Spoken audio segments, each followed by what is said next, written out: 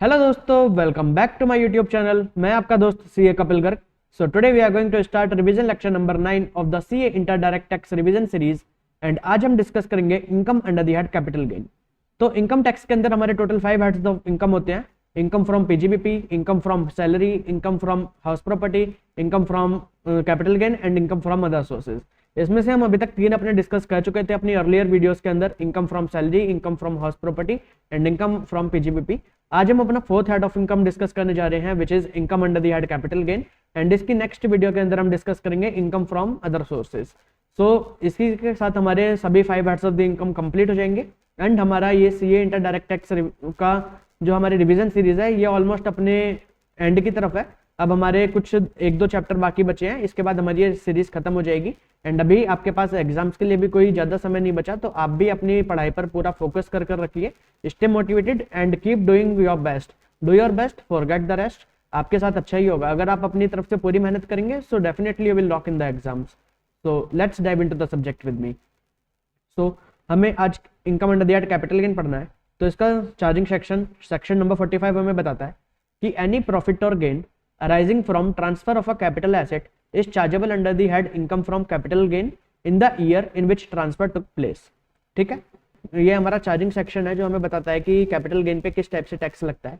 तो अब यहाँ पर हमें ध्यान देना है कि हमें चार्जिंग सेक्शन के अंदर बोला गया कि प्रॉफिट और gain from transfer of a capital asset. तो हमें सबसे पहले जानना है कि what is the meaning of term transfer and what is the meaning of term capital asset. तो हमें ये 2 टर्म्स के ऊपर मेन फोकस रखना है अभी के लिए। तो स्टार्ट करते हैं। तो सबसे पहले हम जानते हैं कि what is the meaning of term capital asset. तो सेक्शन नंबर 2 क्लॉज 14 के अंदर डिफाइन करा गया है कैपिटल एसेट को। तो capital asset means property of any kind held by any assessee whether और not connected with his business और नॉट। मतलब कोई भी प्रॉपर्टी जो एसएससी हेल्ड करता है, चाहे वो उसके बिजनेस की हो या नहीं हो। Any securities held by the foreign institutional investors, any unit linked insurance policy issued on और after 1st of Feb 2021 to which exemption under section 1010D is not allowed due to the reason कि इसकी जो premium है वो exceed करता है 2.5 lakh rupees से। ठीक है, तो अगर कोई भी यूनिट लिंक्ड इंश्योरेंस प्रीमियम लेते हैं आप एंड उसका प्रीमियम 2.5 लाख रुपीज से ज्यादा का होता है तो हम उसे कैपिटल एसेट मान लेंगे, उस पर 1010D की एग्जेम्पशन नहीं मिलती क्योंकि। ठीक है, but it does not include. तो कैपिटल एसेट के अंदर क्या क्या नहीं आएगा? Stock in trade. जो भी आपका स्टॉक इन ट्रेड है तो वो कैपिटल एसेट के अंदर नहीं आएगा, क्योंकि उस पर जो भी आप ट्रांसफर करेंगे अगर स्टॉक इन ट्रेड को, तो वो आपका पीजीबीपी के अंदर टैक्सेबल होगा। Personal effect. पर्सनल इफेक्ट कहने का मतलब क्या है? Movable property held for personal use by the assessee और any member of his family. तो जो भी मूवेबल प्रॉपर्टी होती है पर्सनल नेचर की, जो कि एसएससी हेल्ड करता है फॉर हिज पर्सनल पर्पस और for the use of family members. But इसके कुछ एक्सक्लूजन्स हैं कि ये भी हमारे पर्सनल इफेक्ट होते हैं, बट स्टिल ये हमारे कैपिटल एसेट की डेफिनेशन के अंदर आ जाएंगे। क्या क्या? Jewellery, drawing, painting, sculpture, archaeological collection और any other work of art. तो ये हमारी 6 तरीके की एसेट्स हैं: jewellery, painting, drawing, sculptures, archaeological collection और any other work of art. तो ये सभी हमारे पर्सनल इफेक्ट होते हुए भी हमारी कैपिटल एसेट की डेफिनेशन के अंदर कवर हो जाएंगे। अगर आप ज्वेलरी ट्रांसफर करते हैं, पेंटिंग ट्रांसफर करते हैं, तो ये आपका कैपिटल गेन के अंदर टैक्सेबल होगा। एंड यहाँ पे ज्वेलरी कहने का मतलब क्या है? Jewellery includes the following: ornament made of gold, silver, platinum और एनी अदर प्रीशियस मेटल और alloy containing one or more of such precious metals. ठीक है, तो आपकी कोई भी गोल्ड की, सिल्वर की या किसी और प्रीशियस एलॉय से बनी हुई कोई भी ज्वेलरी, तो वो आपकी ज्वेलरी बोली जाएगी यहाँ पर। प्रीशियस और semi precious stones like diamond whether और not set in any furniture, utensil और अदर आर्टिकल और वर्कड और sewn into any wearing apparel. यानी कि मान लीजिए अगर आपका डायमंड आपके किसी लाइक सोफे के अंदर भी आपका डायमंड फिट है, तो वो भी आपकी ज्वेलरी की डेफिनेशन के अंदर यहाँ पे कवर हो जाएगा। Rural agriculture land in India. तो जो हमारी रूरल एग्रीकल्चर लैंड होती है तो ये यहाँ पर कैपिटल एसेट के अंदर कवर नहीं होती। अब रूरल एग्रीकल्चर लैंड कहने का मतलब क्या होता है? जो एग्रीकल्चर लैंड रूरल एरिया के अंदर सिचुएटेड है। अब यहाँ पर हमें जानना पड़ेगा कि what is the meaning of term rural area. But income tax act के अंदर कहीं भी रूरल एरिया को डिफाइन नहीं करा गया। इनकम टैक्स एक्ट के अंदर डिफाइन करा गया है टर्म अर्बन एरिया की। अर्बन एरिया क्या होता है? अब जो अर्बन एरिया है, अर्बन एरिया के बाहर का जो भी एरिया होगा वो हमारा रूरल एरिया होगा। ठीक है, तो यहाँ पर हम समझते हैं कि अर्बन एरिया कौन सा है, मतलब यहाँ पे अर्बन एग्रीकल्चर लैंड कौन सी होगी। अगर कोई एग्रीकल्चर लैंड है जो कि सिचुएट करती है in the jurisdiction of a municipality जिसकी टोटल पॉपुलेशन है ग्रेटर देन 10,000। ठीक है, in any area with in the jurisdiction of a municipality having population of not less then 10,000, यानी कि जिसकी पॉपुलेशन है ग्रेटर देन 10,000। यानी कि अगर किसी भी म्युनिसिपैलिटी के ज्यूरिडिक्शन के अंदर आप आते हैं जिसकी पॉपुलेशन 10,000 से ज्यादा है, तो फिर उस एरिया में जो भी आपकी लैंड होगी वो आपकी अर्बन लैंड होगी। तो मतलब अगर इससे बाहर अगर कोई आपकी म्यूनिसिपैलिटी है जिसकी पॉपुलेशन 10,000 से कम है एंड उसके अंदर अगर आपकी कोई लैंड है तो हम उसे बोलेंगे रूरल एग्रीकल्चरल लैंड। ठीक है, सेकंड अर्बन एरिया के लिए और क्या देखते हैं हम कि अगर मान लीजिए ये हमारी यहाँ पर म्यूनिसिपैलिटी है एंड इसकी पॉपुलेशन अगर 10,000 से 1 लाख तक है, मतलब इसकी पॉपुलेशन है 10,000 बट 1 लाख से कम है, तो इसके 2 किलोमीटर के बाहर तक का एरिया वो भी हमारा अर्बन एरिया बोला जाएगा। ठीक है, बट अगर म्यूनिसिपैलिटी की पॉपुलेशन है greater than 1 lakh but up to 10 lakh, तो इस केस में इसके 6 किलोमीटर तक के एरिया को यहाँ पे कवर कर लिया जाएगा अर्बन एरिया के लिए। तो अगर मान लीजिए म्यूनिसिपैलिटी से 6 किलोमीटर के एरिया के अंदर भी कोई लैंड है तो वो भी आपकी अर्बन लैंड मानी जाएगी। बट अगर आपकी पॉपुलेशन 10 लाख से भी ज्यादा है म्यूनिसिपैलिटी की, तो उस केस में 8 किलोमीटर तक का एरिया आपका कवर हो जाएगा अर्बन एरिया एंड 8 किलोमीटर के बियॉन्ड का एरिया आपका माना जाएगा रूरल एरिया। ठीक है, तो यहाँ पे अगर हम एग्जाम्पल लेते हैं, मान लीजिए किसी म्यूनिसिपैलिटी की पॉपुलेशन है यहाँ पे 5 लाख, तो 1 लाख से ज्यादा है बट 10 लाख से कम है, तो इस केस में 6 किलोमीटर तक का एरिया यहाँ पर माना जाएगा अर्बन एरिया। और आपकी कोई लैंड सिचुएट करती है उस म्यूनिसिपैलिटी से 7 किलोमीटर बाहर, तो उस केस में अगर वो 7 किलोमीटर बाहर है तो यानी कि वो हमारे अर्बन एरिया के अंदर नहीं है, वो हमारे रूरल एरिया के अंदर है, तो वो आपकी रूरल एग्रीकल्चरल लैंड बन जाएगी एंड वो फिर हमारे कैपिटल एसेट के अंदर नहीं आएगी। ठीक है, यहाँ पे ये इन्होंने एग्जांपल्स बनाकर दिए हैं कि लाइक अगर म्यूनिसिपैलिटी की पॉपुलेशन है 9,000 है तो कोई मैटर ही नहीं करता, फिर तो वो हमारा रूरल एरिया ही होता है। बट अगर म्यूनिसिपैलिटी की पॉपुलेशन है 12,000 है यानी कि 10,000 से ज्यादा है, तो उसके 2 किलोमीटर तक का एरिया अर्बन एरिया माना जाएगा। एंड यहाँ पे हमारी लैंड सिचुएट करती है 1.5 किलोमीटर पे, यानी कि अर्बन एरिया के अंदर सिचुएटेड है, तो ये हमारी अर्बन कैपिटल एसेट बोली, अर्बन एग्रीकल्चर लैंड है तो ये हमारी कैपिटल एसेट है, तो यहाँ पे ये कैपिटल एसेट बन जाएगी हमारी। अब अगर म्यूनिसिपैलिटी की पॉपुलेशन है 11 लाख, तो 11 लाख के केस में यानी कि 8 किलोमीटर तक का एरिया मान लिया जाएगा हमारा अर्बन एरिया एंड यहाँ पे लैंड सिचुएटेड है हमारी 2 किलोमीटर पर, तो ये हमारी अर्बन एग्रीकल्चरल लैंड हो जाएगी। ठीक है, ऐसे करके आप ये सभी एग्जांपल्स देख लेना तो आपको समझ आ जाएगा। The capital gain arising from the transfer of such urban agriculture land would not be treated as agricultural income. तो ये अगर आप कोई एग्रीकल्चर लैंड को ट्रांसफर करते हैं तो उससे होने वाली इनकम आपकी एग्रीकल्चर इनकम नहीं बोली जाएगी, इससे होने वाली जो भी इनकम होगी वो आपकी कैपिटल गेन है एंड वो टैक्सेबल होगी under the head capital gain. ठीक है जी, specified gold bonds like 6.5% gold bond 1977, 7% gold bond 1980 और नेशनल डिफेंस गोल्ड बॉन्ड 1980, तो ये हमारे कैपिटल एसेट के दायरे से बाहर है। Special bearer bonds issued by the central government और gold deposit bond issued by the gold deposit scheme, तो ये हमारे कैपिटल एसेट के दायरे से बाहर है। अगर आप इनका कोई भी ट्रांसफर करते हो तो ये कैपिटल एसेट नहीं है, ये कैपिटल गेन इसके ऊपर नहीं लगेगा। ठीक है, अब यहाँ पर हमें जानना है कि हमारी कैपिटल एसेट जो होती है वो 2 तरीके की होती है। कैपिटल एसेट शॉर्ट टर्म भी हो सकती है एंड लॉन्ग टर्म भी हो सकती है। अब शॉर्ट टर्म करने का मतलब क्या होता है, लॉन्ग टर्म करने का मतलब क्या होता है, तो ये बताया गया है हमें सेक्शन 2+42A के अंदर। तो शॉर्ट टर्म कैपिटल एसेट वो होती है जिसका period of holding less than 36 months होता है। अगर कोई भी एसेट आप लेस देन 36 मंथ होल्ड करते हैं तो वो आपकी शॉर्ट टर्म कैपिटल एसेट बोली जाती है इन जनरल। बट यहाँ पर कुछ एक्सेप्शंस हैं कि कुछ केस में कुछ एसेट्स ऐसी हैं कि अगर आप उन्हें ग्रेटर देन 12 मंथ भी हेल्ड करते हैं तो वो आपकी लॉन्ग टर्म बन जाती है, एंड कुछ एसेट्स ऐसे हैं कि अगर आप उन्हें ग्रेटर देन 24 मंथ हेल्ड करते हैं तो वो आपकी लॉन्ग टर्म बन जाती है। तो वो हमें एक्सेप्शंस यहाँ पर पढ़नी है कि कौन सी हमारी एक्सेप्शंस हैं, तो उसके लिए यहाँ पर आ जाते हैं। तो हमारी यहाँ पे कुछ एसेट्स ऐसी होती हैं कि अगर आप उन्हें ग्रेटर देन 12 मंथ होल्ड करते हैं तो वो आपकी लॉन्ग टर्म बन जाएंगी। तो कौन सी एसेट्स होती हैं, इन्हें हम शॉर्ट में बोलेंगे यहाँ पे जुमरी एसेट्स, JUMRE। तो जेट से जीरो कूपन बॉन्ड, अगर कोई जीरो कूपन बॉन्ड है अगर आप 12 मंथ से ज्यादा उसे होल्ड करते हैं तो वो आपका लॉन्ग टर्म बन जाएगा। UM का मतलब units of equity oriented mutual fund और यूनिट्स ऑफ UTI। अगर units of equity oriented mutual fund है या यूनिट्स ऑफ UTI है और आप उन्हें 12 मंथ से ज्यादा होल्ड करते हैं तो वो आपकी लॉन्ग टर्म कैपिटल एसेट बन जाएगी। RE का मतलब रिकॉग्नाइज्ड स्टॉक एक्सचेंज पे अगर कोई लिस्टेड सिक्योरिटी आपकी, तो वो आपकी 12 मंथ से ज्यादा अगर आपका उसका पीरियड ऑफ होल्डिंग है तो वो आपकी लॉन्ग टर्म कैपिटल एसेट बन जाएगी। ठीक है, अब 24 मंथ्स के लिए कौन सी देखते हैं हम, तो यहाँ पे हम देखते हैं लैंड और बिल्डिंग और बोथ। अगर आपके पास कोई लैंड बिल्डिंग है या दोनों है, मतलब लैंड बिल्डिंग, तो अगर वो 24 मंथ से ज्यादा का उनका पीरियड ऑफ होल्डिंग है तो वो आपकी लॉन्ग टर्म कैपिटल एसेट है। एंड अगर आपके अनलिस्टेड शेयर्स है तो लिस्टेड शेयर हमारे यहाँ पे कवर हो गए, एंड अनलिस्टेड शेयर अगर 24 मंथ से ज्यादा का पीरियड ऑफ होल्डिंग है तो वो आपके लॉन्ग टर्म बनते हैं। इन्हें छोड़कर बाकी जितनी भी एसेट्स हैं तो वो सभी आपकी होती हैं अगर 36 मंथ से ज्यादा आप होल्ड करेंगे तभी आपके वो लॉन्ग टर्म बनेंगे, अदरवाइज वो आपकी शॉर्ट टर्म बन जाती है। ठीक है, तो अब हमें यहाँ पे समझना है कि ये जो हमने यहाँ पे पढ़ा इक्विटी ओरिएंटेड म्यूचुअल फंड की यूनिट, तो ये equity oriented mutual fund unit क्या होती है, तो उसकी डेफिनेशन ऊपर दी गई है। इक्विटी ओरिएंटेड फंड, तो ये क्या होता है, a fund setup under a scheme of mutual fund. ठीक है, एंड अगर मान लीजिए आपका जो म्यूचुअल फंड है वो किसी दूसरे म्यूचुअल फंड की यूनिट्स के अंदर इन्वेस्ट करता है। लेट्स सपोज यहाँ पे आपका म्यूचुअल फंड स्कीम है म्यूचुअल फंड A, एंड वो इन्वेस्ट करता है किसी म्यूचुअल फंड B के अंदर। ठीक है, तो जो म्यूचुअल फंड ए की टोटल प्रोसीड्स हैं वो एटलीस्ट मतलब 90% और उससे ज्यादा वो म्यूचुअल फंड बी के अंदर इन्वेस्ट करता हो अपनी प्रोसीड्स को, एंड जो म्यूचुअल फंड बी है वो अपनी 90% या उससे ज्यादा की प्रोसीड्स इन्वेस्ट करता हो in the equity share of the domestic company, मतलब लिस्टेड डोमेस्टिक कंपनीज के इक्विटी शेयर खरीदने में अगर वो 90% और मोर की प्रोसीड्स को यूज करता है तब वो बोलेंगे कि म्यूचुअल फंड ए हमारा इक्विटी ओरिएंटेड म्यूचुअल फंड है। ठीक है, a minimum of 90% of the total proceeds of such fund, that is fund A, is invested in the units of such other fund, that is fund B. ठीक है, such other fund means B invest a minimum of 90% of the total proceeds in equity share of the domestic company listed on the recognized stock exchange. ठीक है, तो अगर ये 90% से ज्यादा अपनी प्रोसीड्स को इन्वेस्ट करता है in the equity share of the listed domestic company, तो हम फिर इस केस में बोलेंगे कि म्यूचुअल फंड ए हमारा इक्विटी ओरिएंटेड फंड है।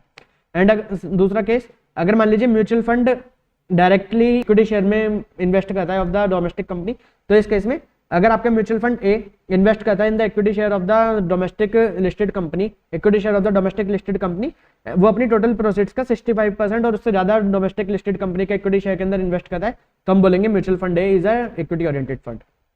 ठीक है, in any other case minimum of 65% of the total proceeds of such fund is invested in the equity share of the domestic company listed on the recognized stock exchange। And यहाँ पे जो हमें percentage निकालनी होती है वो हम किस टाइप से निकालते हैं, annual average of the monthly average. तो यानी कि हम पहले मंथली एवरेज निकालेंगे, opening plus closing divided by 2, फिर उस मंथली एवरेज का एनुअल एवरेज निकालेंगे। तो इस टाइप से हमें परसेंटेज कंप्यूट करनी होती है। जीरो कूपन बॉन्ड क्या होते हैं, तो जीरो कूपन बॉन्ड होते हैं जो कि हमें डिस्काउंट पे इशू होते हैं और ड्यूरिंग द टेन्योर हमें कोई भी उस पर इंटरेस्ट या कोई भी हमें उस पर बेनिफिट नहीं मिलता, एंड जब वो रिडीम होते हैं तो वो उसकी फेस वैल्यू पर रिडीम हो जाते हैं। फॉर एग्जांपल मान लीजिए फेस वैल्यू 100 रुपये किया तो वो आपको इशू हो जाते हैं 50 रुपये पे, बीच में आपको कोई भी इस पर इंटरेस्ट वगैरह नहीं मिलेगा एंड 100 रुपये पे रिडीम हो जाएगा। तो ये आपको जिस टाइम पे रिडीम होगा तो उस टाइम पे सीधे 50 रुपीज़ का बेनिफिट होगा। एंड यहाँ पर साफ साफ लिखा गया है कि जब भी आप जीरो कूपन बॉन्ड का रिडम्पशन करेंगे तो उसे भी ट्रांसफर माना जाएगा। तो जब हम ट्रांसफर की डेफिनेशन पढ़ेंगे तो उसके अंदर ये पॉइंट है, वहाँ पे हम डिस्कस कर लेंगे। ठीक है जी, अब determination of the period of holding. अब हमने पढ़ा था कि पीरियड ऑफ होल्डिंग अगर ग्रेटर देन 12 मंथ है या period of holding greater than 24 month है या period of holding greater than 36 month है, तो इस केस में वो हमारी लॉन्ग टर्म होती है, अदरवाइज वो शॉर्ट टर्म होती है। तो यहाँ पे पीरियड ऑफ होल्डिंग हमें किस टाइप से डिटरमाइन करना है वो हम समझ लेते हैं। अगर हमारे शेयर्स हैं held in a company in liquidation, अगर आप किसी ऐसी कंपनी के शेयर हेल्ड करते हैं जो कि लिक्विडेट हो गई, तो जिस दिन वो लिक्विडेट हो गई उसके बाद का जो भी पीरियड है वो आपका पीरियड ऑफ होल्डिंग के अंदर काउंट नहीं होगा। Where asset becomes the property of an assessee by virtue of section 49 subsection 1। 49 subsection 1 करने का मतलब कि अगर आपने किसी प्रीवियस ओनर से कोई प्रॉपर्टी लिया है, प्रीवियस ओनर ने आपको गिफ्ट कर दिया, कोई इस टाइप से आपको प्रीवियस ओनर से मिल गया, तो उस केस में जो प्रीवियस ओनर का पीरियड ऑफ होल्डिंग है वो भी पीरियड ऑफ होल्डिंग काउंट करने के लिए इंक्लूड कर लिया जाएगा। Where inventory of business is converted into और treated as a capital asset by the assessee. अगर आप अपनी कोई बिजनेस की एसेट को कैपिटल एसेट में कन्वर्ट कर देते हैं तो जिस डेट पे आप कन्वर्ट करेंगे, जिस डेट पे कन्वर्जन होगा उस डेट से पीरियड ऑफ होल्डिंग आपका स्टार्ट होगा। Where shares in the Indian company becomes the property of an assessee in lieu of shares। Amalgamated company मतलब अमलगमेशन के केस में अगर अमलगमेटेड कंपनीज के शेयर्स की जगह पर आपको अमलगमेटिंग कंपनी के शेयर्स मिल जाते हैं, तो जिस दिन आपको अमलगमेटिंग कंपनी के शेयर्स मिलेंगे तो उसके लिए पीरियड ऑफ होल्डिंग जो आपने अमलगमेटेड कंपनी के शेयर्स थे उसे भी ऐड कर लिया जाएगा। मान लीजिए आपने अमलगमेटेड कंपनी के शेयर्स खरीदे थे 2 साल पहले, तो अब जब आप अमलगमेटिंग कंपनी के शेयर्स के लिए पीरियड ऑफ होल्डिंग निकालेंगे तो वो जो 2 साल का पीरियड था वो भी आपको इसके अंदर ऐड करना होगा। Share of any other security is subscribed by the assessee on the basis of right to subscribe. अगर आपको कोई राइट मिल जाता है, राइट शेयर्स मिलते हैं, आपको राइट मिलता है कि आप शेयर ले सकते हैं, तो जो भी आपका डेट ऑफ अलॉटमेंट होगा उस दिन से आपका पीरियड ऑफ होल्डिंग स्टार्ट होगा। Whether right to subscribe to any share or security is renounced. आपको राइट मिलता है बट आप वो राइट एक्सरसाइज नहीं करते, आप वो राइट किसी अदर पर्सन को रिनाउंस कर देते हैं। तो जिस दिन आपको वो राइट मिला था, डेट ऑफ ऑफर जिस दिन आपको राइट मिला था उस दिन हम मान लेंगे कि आपको वो पीरियड ऑफ होल्डिंग है, आपको वो राइट मिला एंड आपने वो रिनाउंस कर दिया, तो ये भी आपका ट्रांसफर है, इस पर भी आपको कैपिटल एसेट लगेगा। एंड ये हमेशा शॉर्ट टर्म ही होता है क्योंकि इसमें कोई इतना लंबा टाइम हमें मिलता ही नहीं है। आपको ऑफर मिलता है एंड वो विद इन सर्टेन टाइम, मतलब 3-4 महीने के अंदर इंदर आपको उसका सब कुछ या तो उसे आपको एक्सरसाइज करना होता है या तो रिनाउंस करना होता है, तो वो शॉर्ट टर्म ही होता है हमारा हमेशा। Where any financial asset is allotted without any payment. Financial asset without any payment करने का मतलब बोनस शेयर। आपके पास कोई शेयर थे एंड आपको अब उसके ऊपर आपको कोई बोनस शेयर्स मिल जाते हैं, तो इस केस में क्या होगा, जिस दिन आपको बोनस शेयर अलॉट होंगे उस दिन से आपका पीरियड ऑफ होल्डिंग चालू, मतलब उस दिन से आपका पीरियड ऑफ होल्डिंग माना जाएगा। Where share in the Indian company being a resulting company become the property of an assessee in the case of demerger. यानी कि आपकी एक एंटिटी है, आपकी एक मान लीजिए कंपनी है ए लिमिटेड एंड इसके अंदर 2 डिवीजन थे एंड इसका एक डिवीजन अब डीमर्ज हो गया, तो अब आपको जब रिजल्टिंग कंपनी के शेयर्स मिलेंगे तो रिजल्टिंग कंपनी के शेयर्स के लिए आपका पीरियड ऑफ होल्डिंग क्या माना जाएगा, तो जो आपकी डीमर्ज्ड कंपनी के शेयर आप जब से होल्ड करते थे वो भी पीरियड आपका इंक्लूड कर लिया जाएगा वो computing period of holding. assessee in the demerged company shall be included. Where equity share in company become the property of the assessee by way of conversion of preference share into equity. कि कोई preference share equity के अंदर convert हो जाते हैं तो equity shares का period of holding तब से माना जाएगा जब आपने प्रेफरेंस शेयर खरीदे थे, तो प्रेफरेंस शेयर का जो पीरियड ऑफ होल्डिंग था वो भी आपका इंक्लूड हो जाएगा इसके अंदर. वेयर एनी स्पेसिफाइड सिक्योरिटी और स्वेट इक्विटी इज अलॉटेड. अगर आपको कोई स्वेट इक्विटी शेयर मिलते हैं तो स्वेट इक्विटी शेयर के लिए आपको पीरियड ऑफ होल्डिंग माना जाएगा जिस दिन आपको वो स्वेट इक्विटी शेयर अलॉट होते हैं. ठीक है, अब हमें पढ़ना है what is the meaning of term transfer. तो ये हमें बताता है सेक्शन 2 क्लॉज 47. तो सेक्शन 2 क्लॉज 47 हमें बताता है कि ट्रांसफर किसे बोलते हैं एंड सेक्शन 47 हमें बताता है कि ट्रांसफर किसे नहीं बोलते हैं. ठीक है, तो आपको याद रखना है 247 बताता है what is the meaning of transfer and section 47 कुछ ऐसे सर्कमस्टांसेस बताता है जो ट्रांसफर नहीं होते. तो transfer in relation to a capital assets include the following type of transaction. तो कौन कौन सी ट्रांजेक्शन को हम ट्रांसफर बोलते हैं? Sale, exchange, extinguishment of the asset. अगर आप कोई सेल कर देते हैं, एक्सचेंज कर देते हैं, एक्सटिंग्विश कर देते हैं या रेलिंक्विश कर देते हैं एसेट को, या एक्सटिंग्विश कर देते हैं एसेट के अंदर अपने राइट्स को, या आपकी एसेट कंपलसरी एक्वायर कर लेते हैं सेंट्रल गवर्नमेंट, स्टेट गवर्नमेंट, तो उसे भी हम यहाँ पे ट्रांसफर बोलेंगे. Owner of the capital asset अगर कन्वर्ट कर देता है अपनी कैपिटल एसेट को in the stock in trade, तो जिस दिन वो स्टॉक इन ट्रेड के अंदर कन्वर्ट हो जाता है उस दिन हम उसे ट्रांसफर बोल देंगे. मैच्योरिटी और redemption of the zero coupon bond. अगर आपके जीरो कूपन बॉन्ड की मैच्योरिटी हो जाती है, रिडम्पशन हो जाता है, तो उसे ट्रांसफर बोला जाता है. Part performance of the contract. Sometime possession of N immovable property is given in consideration of part performance. कि मतलब आपका अभी पार्ट परफॉर्मेंस हुआ कि आपको कंसिडरेशन मिल गया, सेल कंसिडरेशन, एंड आपने उसे पोजेशन दे दिया, तो जिस दिन आपने पोजेशन दे दिया उस दिन मान लिया जाएगा कि आपने ट्रांसफर कर दिया अपनी asset. Lastly certain types of transaction which have the effect of transferring और enabling the enjoyment of the immovable property. अगर आप अपनी इमूवेबल प्रॉपर्टी को एंजॉय करने के लिए राइट्स दे देते हैं, यानी कि जैसे कि आपकी कोऑपरेटिव सोसाइटी है एंड आपने उसके शेयर्स वगैरह दे दिए कि आप अपनी प्रॉपर्टी के अंदर रह सकते हैं, तो जिस दिन आपने वो राइट्स दे दिया उसे एंजॉय करने के, तो उसे मान लिया जाएगा कि आपने ट्रांसफर कर दी प्रॉपर्टी. ठीक है, scope and year of chargeability. तो सेक्शन 45 मैंने आपको स्टार्टिंग में बताया था कि सेक्शन 45 बोलता है एनी प्रॉफिट और gain from transfer of a capital asset is chargeable under the capital gain and in the year in which transfer took place. तो जिस साल में ट्रांसफर होता है उस साल में हमारी चार्जेबिलिटी आती है यहाँ पर कैपिटल गेन में.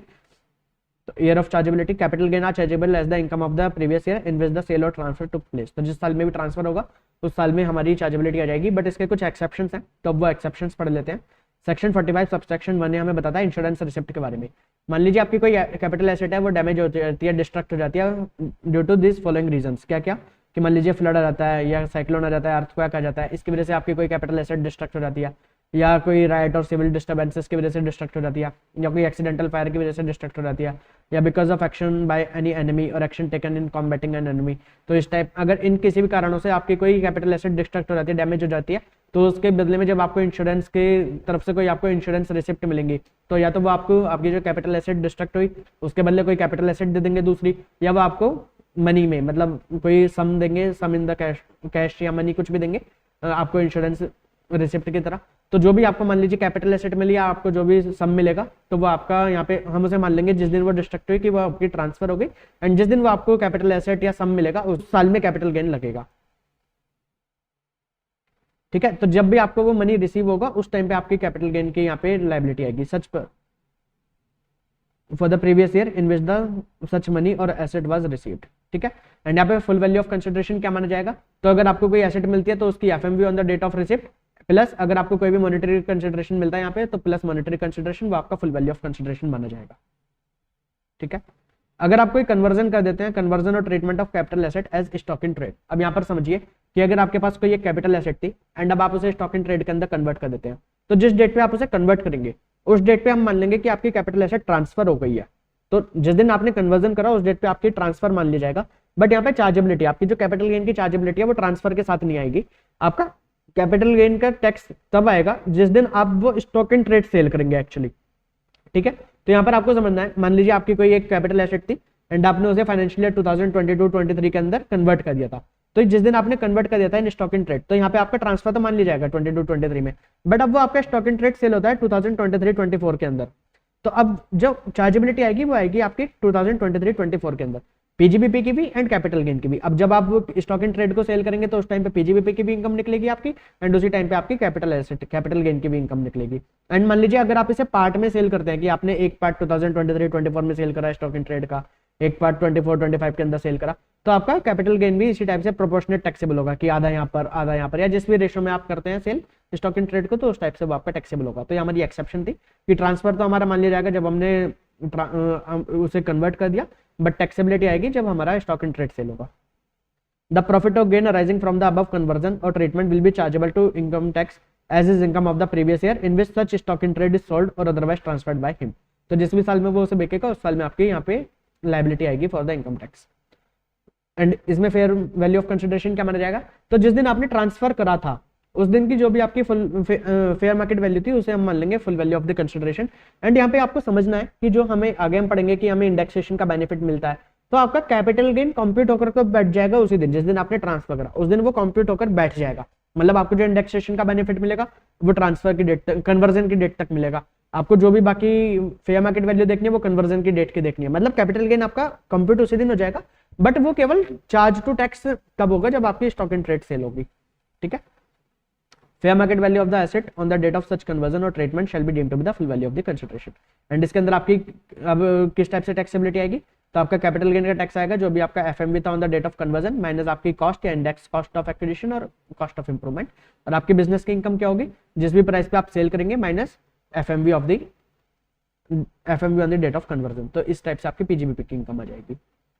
ठीक है जी, ये इलस्ट्रेशन आप देख लेना। कंपनसेशन ऑन कंपलसरी एक्विजिशन, अब आपकी कोई एसेट अगर कंपलसरी एक्वायर कर लेते सेंट्रल गवर्नमेंट, लाइक मान लीजिए आपके कोई प्लॉट है एंड अब सेंट्रल गवर्नमेंट को उस जगह पर मान लीजिए मेट्रो की लाइन बिछानी है या वहाँ पे उन्हें हाईवे बनाना है, कोई एक्सप्रेस वे बनाना है, तो उसके लिए वो आपका प्लॉट कंपलसरीली एक्वायर कर लेते हैं एंड उसके ऊपर वो आपको कंपनसेशन देते हैं।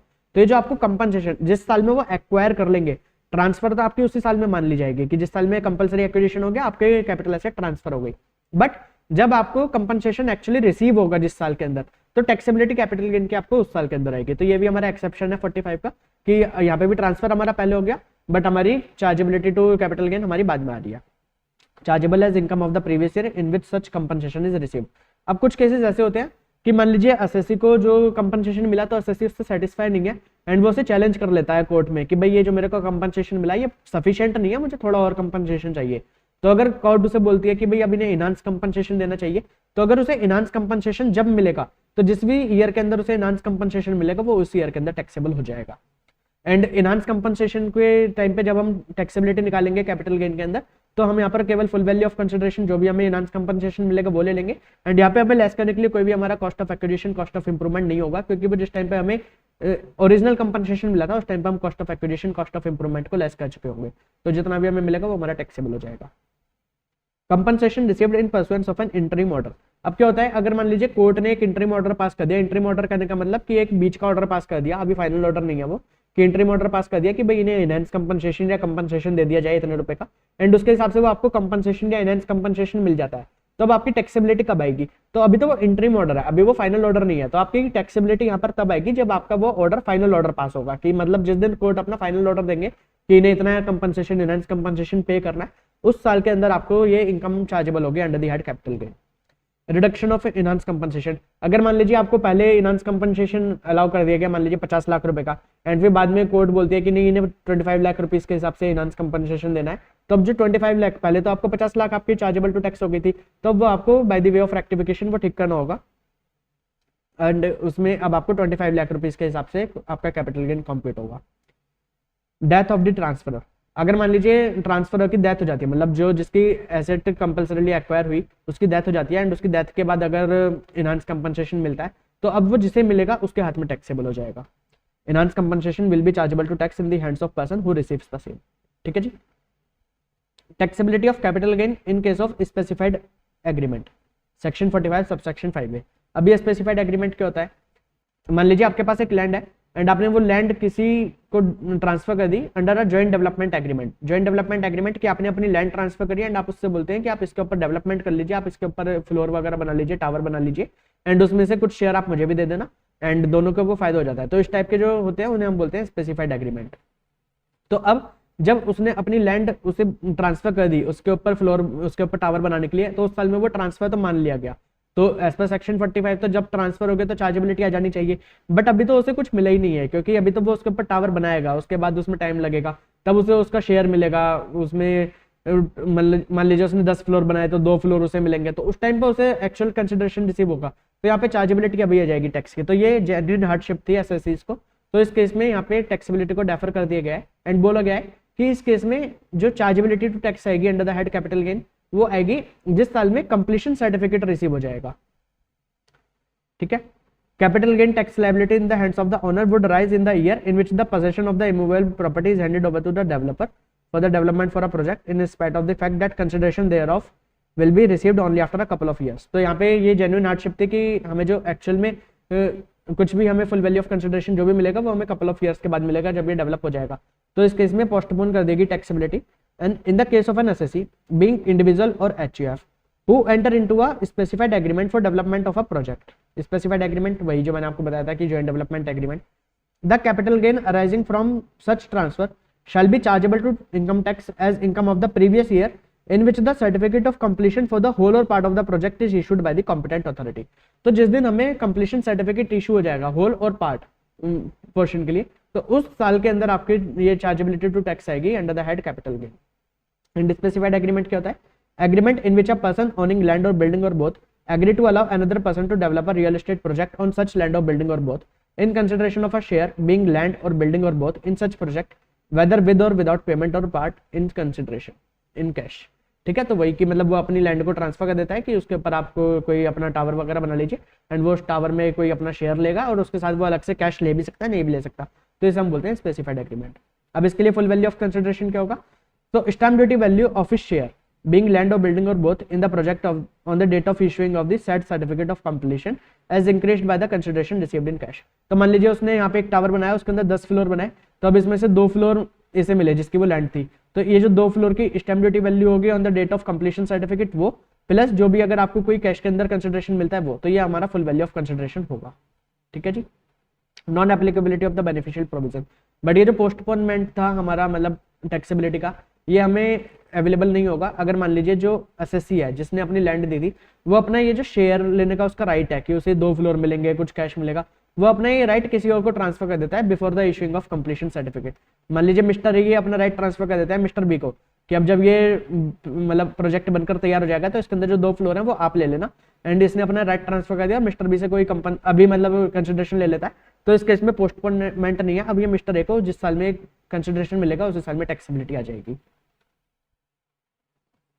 ठीक है जी, चलिए now let's move forward. Section number 46, तो ये हमें बताता है capital gain on distribution of asset by companies in the liquidation.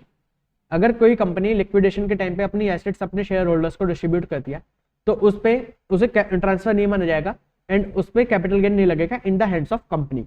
ठीक है, बट अगर कंपनी खुद से लिक्विडेशन के टाइम पे शेयर होल्डर्स को कैपिटल एसेट डिस्ट्रीब्यूट कर देती है, बट अगर मान लीजिए केस ऐसा है कि लिक्विडेटर आ गया एंड लिक्विडेटर बैठकर सभी मतलब कंपनी की सभी एसेट्स को पहले वो सेल करता है, फिर उसके प्रोसीड्स को वो डिस्ट्रीब्यूट करता है, जो उसे कलेक्शन हुआ उस कलेक्शन को वो डिस्ट्रीब्यूट करता है अमंग द शेयर होल्डर, तो इस केस में कंपनी के हाथ में कैपिटल गेन की टैक्सेबिलिटी आ जाएगी। ठीक है, and in the hands of share holder क्या होगा कि शेयर होल्डर को जो भी मान लीजिए अमाउंट मिला या जो भी उसे एसेट्स मिलेंगी तो उसकी जो एफएमवी होगी on the date of receipt तो वो उसकी चार्जेबल हो जाएगी under the head capital gain. Shareholder receive money or other asset from the company on its liquidation, they will be chargeable to income tax under the head capital gain in respect of the market value of the asset received on the date of the distribution। तो जिस दिन आपको वो asset distribute हो रही थी तो distribution की डेट की जो भी फेयर मार्केट वैल्यू होगी वो मार्केट वैल्यू आपका फुल वैल्यू ऑफ कंसिडरेशन मान के वो आपकी कैपिटल गेन के अंदर टैक्सेबिलिटी आ जाएगी उसकी।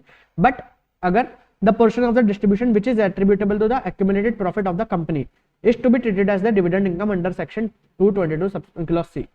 अब अगर मान लीजिए आपको कोई भी जैसे कंपनी ने टोटल एसेट्स 100 लाख रुपीस की डिस्ट्रीब्यूट करी एंड उसमें से 20 लाख रुपीस तक का उसका प्रॉफिट के तरीके का था, मतलब ये एक्यूमुलेटेड प्रॉफिट था, तो अब ये जो 20 लाख रुपए एक्यूमुलेटेड प्रॉफिट के by way of accumulated profit distribute करा जाएगा, तो 20 लाख रुपीस तक के लिए हम मानेंगे कि ये हमारा डीम्ड डिविडेंड है, इसे डीम्ड डिविडेंड मान लिया जाता है एंड ये शेयर होल्डर्स के हाथ में इनकम फ्रॉम अदर सोर्सेज की तरह टैक्सेबल होगा एंड इसके ऊपर का जो 80 लाख रुपीस का मिलेगा तो हमारा income under the capital gain taxable होगा। इसे एक बार चार्ट से आप समझ लीजिए। तो यहाँ पर अगर मान लीजिए कोई भी कैपिटल एसेट का ट्रांसफर होता है तो इन द हैंड्स ऑफ कंपनी तो ये ट्रांसफर नहीं है तो चार्जेबिलिटी कोई नहीं आएगी, कैपिटल गेन की कोई चार्जेबिलिटी नहीं है। In the hands of share holder अगर distribution attributable to the accumulated profit of the company, अगर वो एक्यूमुलेटेड प्रॉफिट के एट्रीब्यूटेबल है तो उसे डीम्ड डिविडेंड मान लेंगे under section 2 clause 22 sub clause C and ये टैक्सेबल होगा in the hands of share holder under the head income from other sources. And अगर वो मनी एट्रीब्यूटेबल टू आपका जो प्रॉफिट है उसका एट्रीब्यूटेबल नहीं है एक्यूमुलेटेड प्रॉफिट के।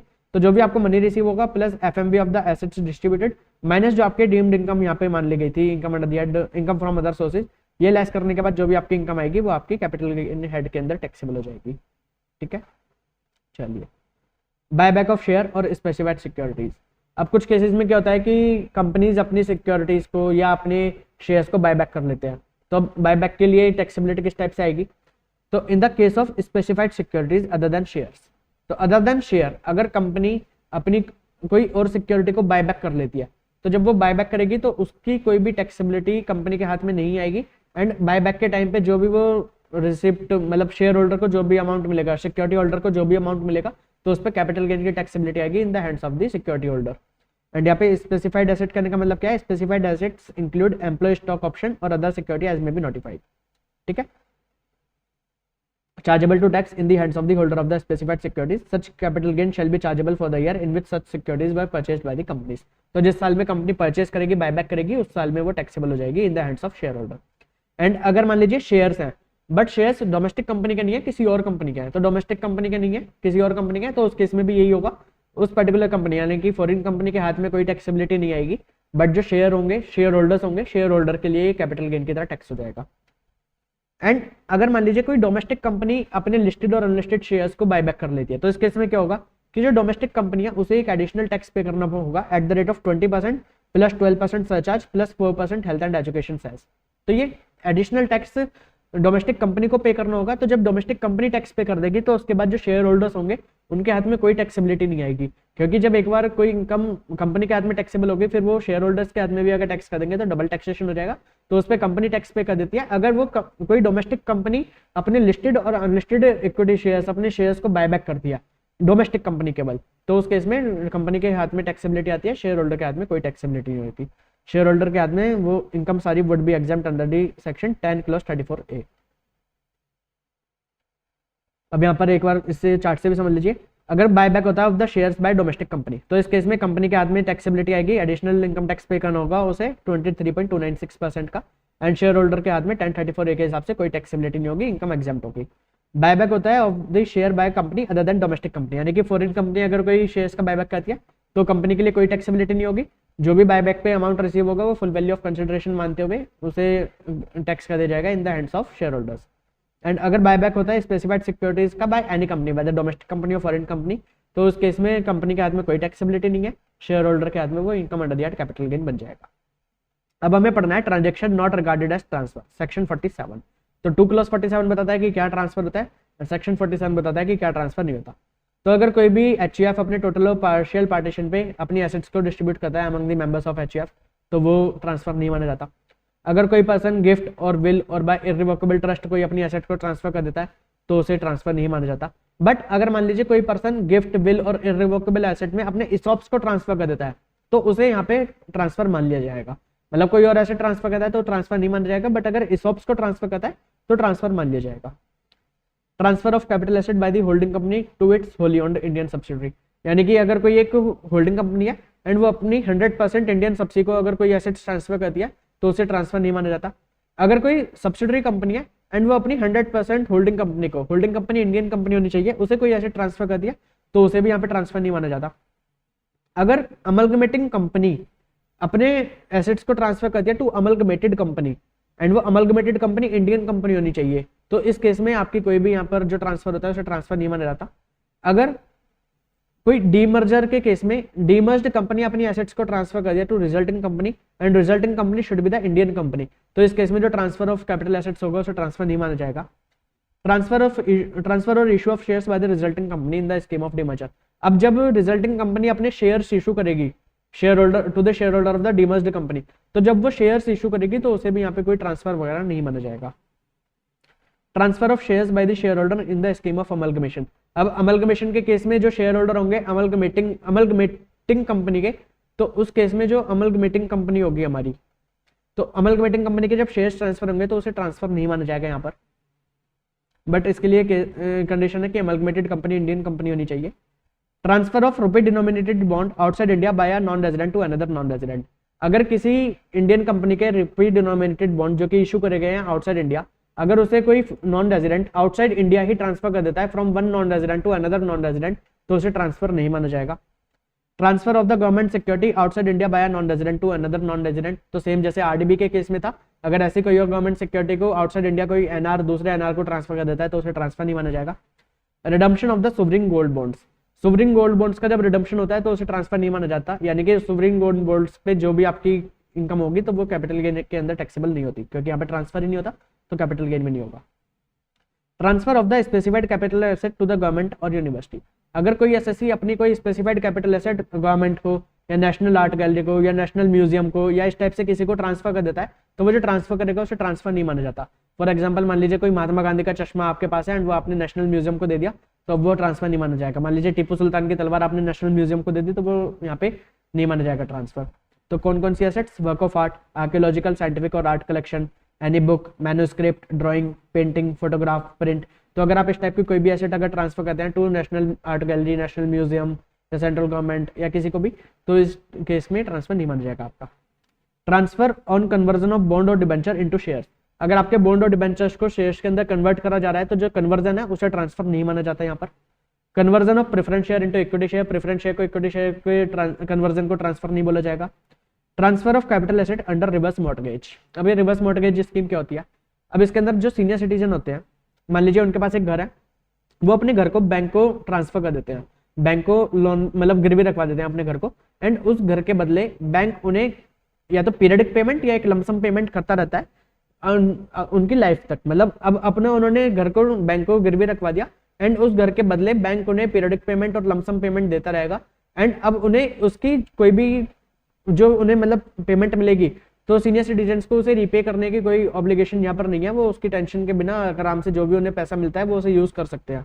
तो पढ़ लेते हैं यहाँ पे, reverse mortgage scheme is for the benefit of the senior citizens who own a residential house property, उनके पास एक रेजिडेंशियल हाउस प्रॉपर्टी है, in order to supplement their existing income they can mortgage, मतलब उन्होंने अपनी हाउस प्रॉपर्टी को mortgage कर दिया with the scheduled bank or housing finance company in return for a lump sum account or for a regular monthly quarterly annual income, या तो उन्हें lump sum amount मिल जाएगा या तो उन्हें एक पीरियडिक बेसिस पे मंथली क्वार्टरली एनुअली उन्हें इनकम मिलती रहेगी। The senior citizen can continue to live in the house, and वो साथ में उस घर के अंदर रह भी सकते हैं, मतलब ऐसा नहीं कि वो उस घर से उन्हें निकाल दिया जाएगा, उन्होंने घर को केवल मॉर्टगेज कर दिया है शेड्यूल बैंक को या हाउसिंग फाइनेंस कंपनी को, एंड वो उस घर के अंदर रह सकते हैं, साथ में वो अमाउंट रिसीव करते रहेंगे whether in lump sum or periodic basis पर without the bothering of having to pay back the loan, अब उन्हें ये लोन पे बैक करने की कोई टेंशन नहीं है। एंड जिस टाइम पे उनकी डेथ हो जाती है अगर, तो डेथ के टाइम पे बैंक उस घर को बेच कर अपनी लोन और इंटरेस्ट की रिकवरी कर लेता है। अब जो बोरोवर होता है उसे जो पैसे मिलते हैं, मतलब जो सीनियर सिटीजन है जिन्होंने मॉर्टगेज करा था अपना घर, तो उन्हें जो पैसे मिलेंगे तो वो उसे कहाँ का यूज कर सकते हैं, वो उसे यूज कर सकते हैं renovation and extension of the residential property, family medical, emergency expenditure, but वो उसे यूज नहीं कर सकते for the purpose of trading or speculative purpose. ठीक है जी। And where the loan is disbursed directly to the reverse mortgager, अगर reverse मॉर्टगेजर को जो लोन मिलता है तो वो 20 साल की मैक्सिमम लिमिट हो जाए, 20 साल तक उसे मिलता रहेगा। एंड अगर वो रिवर्स मॉर्टगेजर को डायरेक्टली ना देकर किसी को बीच में दे देते हैं एन्युटी सोर्सिंग इंस्टीट्यूशन को, तो इस केस में एन्युटी सोर्सिंग इंस्टीट्यूशन को रिवर्स मॉर्टगेजर को पेमेंट करनी पड़ेगी उनकी लाइफ टाइम तक, residual life time for the borrower. ठीक है। एंड जिस टाइम पे उनकी डेथ वगैरह हो जाती है तो bank will recover the loan along with the accumulated interest by selling the house after the death of the borrower, तो बैंक अपना जो लोन है अलॉन्ग विद इंटरेस्ट वो रिकवर कर लेगा उनका घर सेल करने के बाद। एंड मान लीजिए लोन एंड इंटरेस्ट बनता है उनका 50 लाख रुपए का एंड रिकवरी हो गई यहाँ पे 60 लाख रुपए की, तो जो एक्सेस 10 लाख रुपए है वो उसके लीगल हायर को बैंक वापस कर देगा। एंड इवन ये ट्रांसफर करने से पहले, घर को सेल करने से पहले ही वो लीगल हायर से पूछेगा कि अगर आप चाहें तो इनका जो भी लोन प्लस इंटरेस्ट बनता है तो वो पे कर दीजिए एंड अपना घर आप छुड़वा लीजिए बैंक से। ठीक है। तो ये होता है हमारा रिवर्स मॉर्टगेज स्कीम। एंड अब इसमें ड्यूरिंग देयर लाइफ जो भी उन्हें सीनियर सिटीजन्स को इनकम मिलती है वो अंडर सेक्शन 10 क्लॉज 43 एग्जाम्प्ट होती है, उस पर कोई टैक्सेबिलिटी नहीं होती। ठीक है। ये सभी इलस्ट्रेशंस आपको देखनी है। अब यहाँ पर ये इंपॉर्टेंट डेफिनेशन बताएगी अमलगमेशन क्या होता है।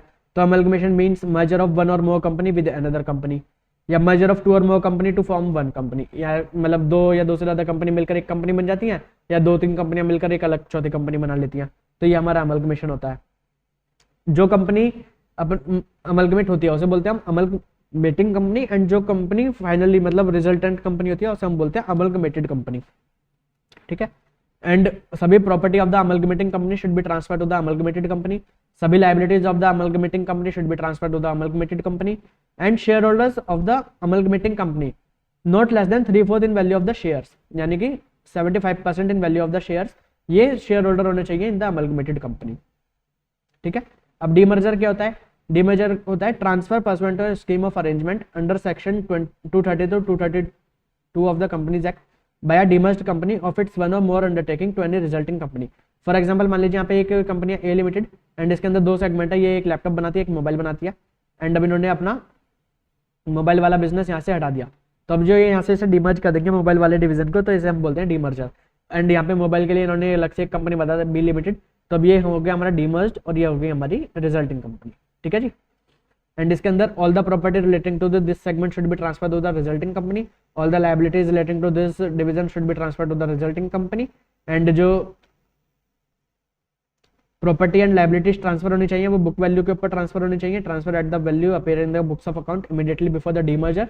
बट अगर मान लीजिए कोई कंपनी इंडिया फॉलो करती है तो इंडिया के केस में हमें सारी ट्रांसफर वगैरह सारी ट्रांजेक्शन फेयर वैल्यू के ऊपर करना होता है, तो अगर वो फेयर वैल्यू के ऊपर भी ट्रांजेक्शन कर रहे हैं तो उसे भी डीमर्जर यहाँ पे मान लिया जाएगा।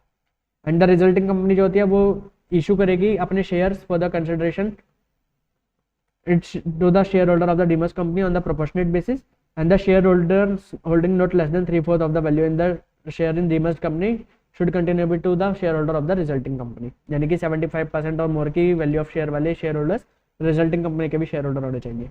एंड जो ट्रांसफर होना चाहिए वो गोइंग कंसर्न बेसिस पर होना चाहिए, यानी कि जो मोबाइल सेगमेंट ट्रांसफर करा था वो गोइंग कंसर्न बेसिस पे ट्रांसफर करना है, यानी कि अब वो ए लिमिटेड से हटाकर बी लिमिटेड उसे चालू कर रखेगा। ठीक है जी। तो ये डीमर्जर होता है। चलिए, डीमर्ज्ड कंपनी क्या होती है? जो अपनी एसेट ट्रांसफर कर दिया, जो अपना डिवीजन ट्रांसफर कर दिया। रिजल्टिंग कंपनी क्या होती है? जिसे वो एसेट्स या जिसे वो डिवीजन मिलता है तो वो होती है resulting company. Section 48 mode of computation of capital gains. अब कैपिटल गेन हमें किस टाइप से कंप्यूट करना है यहाँ पे हमें ये डिस्कस करेंगे। तो कंप्यूटेशन ऑफ कैपिटल गेन के लिए हमें सिंपली क्या करना होता है कि हमें यहाँ पे full value of consideration FVOC लेते हैं, उसमें से लेस कर देते हैं जो भी हमारे एक्सपेंडिचर होते हैं directly related to the transfer, वो एक्सपेंडिचर्स लेस कर देंगे, एंड यहाँ से हम लेस कर देंगे अपना कॉस्ट ऑफ एक्विजिशन, एंड यहाँ से हम लेस कर देंगे कॉस्ट ऑफ इंप्रूवमेंट। ठीक है। एंड इसके बाद जो हमारा निकलता है ये होता है हमारा कैपिटल गेन। अब अगर मान लीजिए कोई एसेट हमारी लॉन्ग टर्म एसेट है तो यहाँ पे cost of asset and cost of acquisition and cost of improvement की जगह हम यूज करते हैं term indexed cost of acquisition and indexed cost of improvement. ठीक है। अब ये इंडेक्स करने का मतलब क्या होता है? तो इंडेक्स करने का मतलब होता है कि यहाँ पे इसे कॉस्ट इन्फ्लेशन इंडेक्स से मल्टीप्लाई कर दिया जाता है, यानी कि आपकी जो एसेट है उस पर कॉस्ट इन्फ्लेशन इंडेक्स का बेनिफिट दे दिया जाता है, तो वो बेनिफिट देने के बाद जो हमारी cost of acquisition cost of improvement निकलती है हम उसे बोलते हैं indexed cost of acquisition index cost of improvement. ठीक है। एंड कैपिटल गेन के अंदर आपको एसटीटी की कोई भी डिडक्शन नहीं मिलेगी, आपका जो भी एसटीटी आप एक्विजिशन पे या एसटीटी आप पे करते हैं ऑन द ट्रांसफर तो वो आपको डिडक्शन यहाँ पे नहीं मिलेगी। पीजीबीपी के अंदर आपको एसटीटी की डिडक्शन मिल जाती है बट कैपिटल गेन के अंदर नहीं मिलेगी।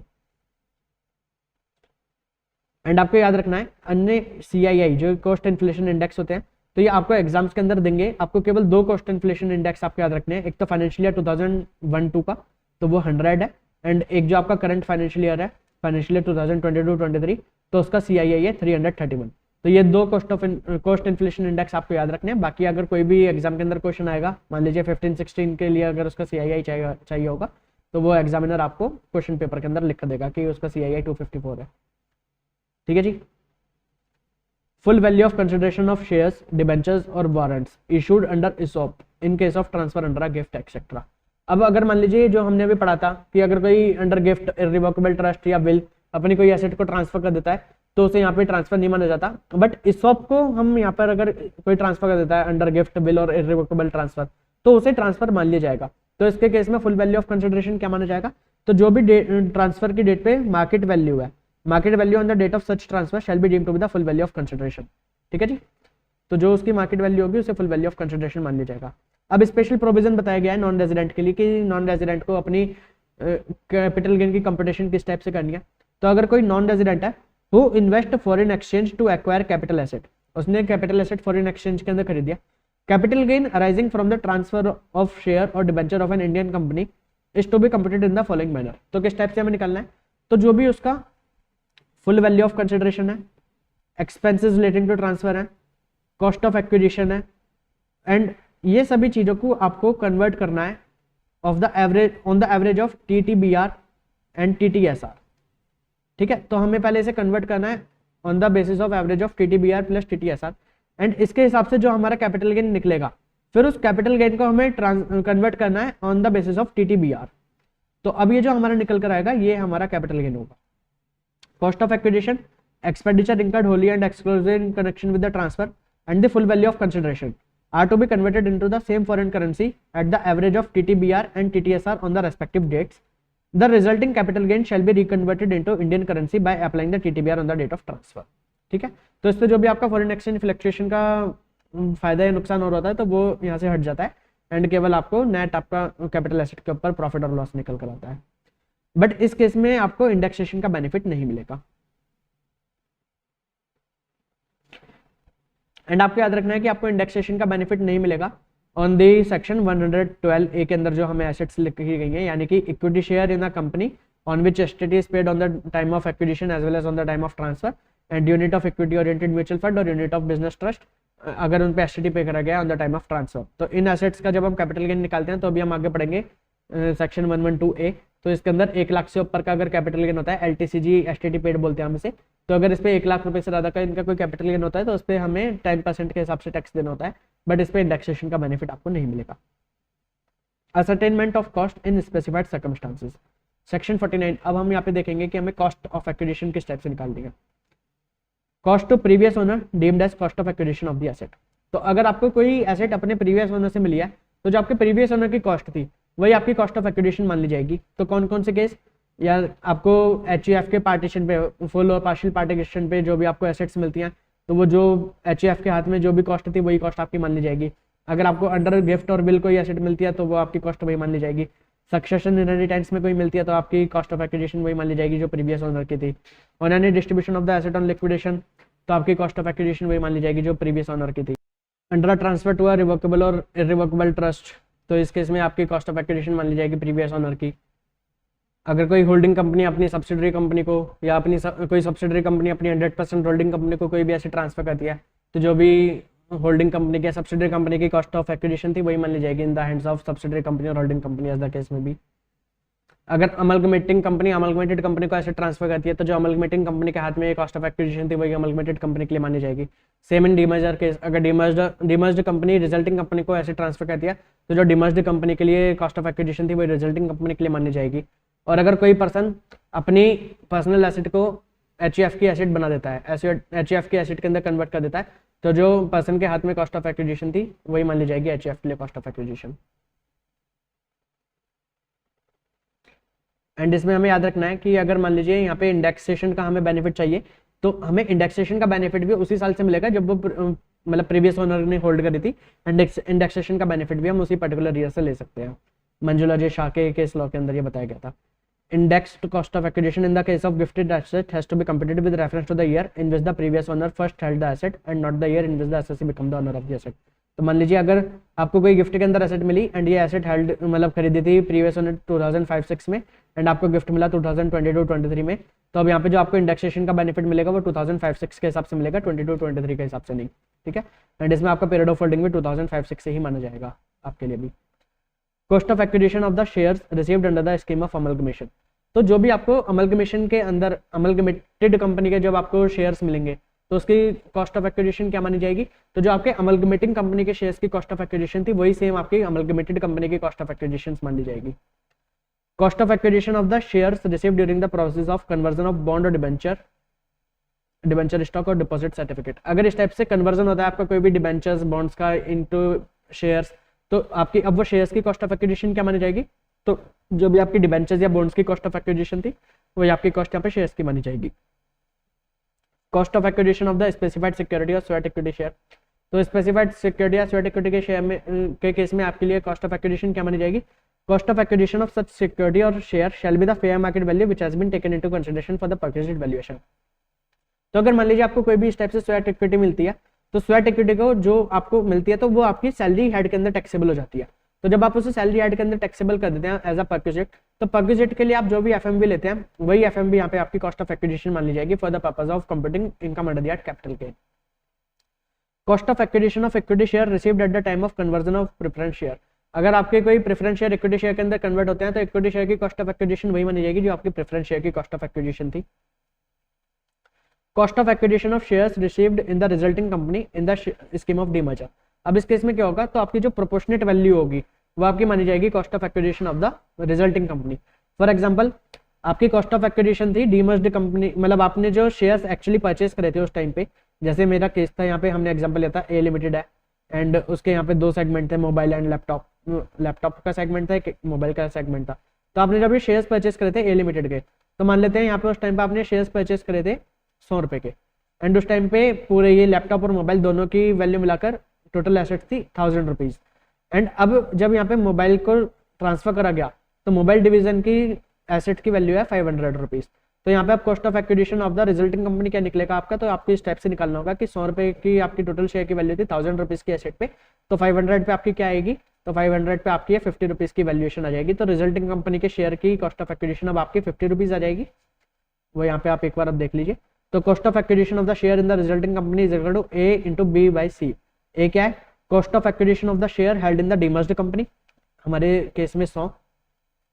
Net book value of the assets transfer in the demerger, हमारे केस में 500 रुपए थी। And net worth of the demerged company, तो टोटल एसेट कितनी थी इनकी 1000। तो इस हिसाब से हमारा यहाँ पे cost of acquisition of the resulting company के शेयर क्या आ गई 50 रुपीज।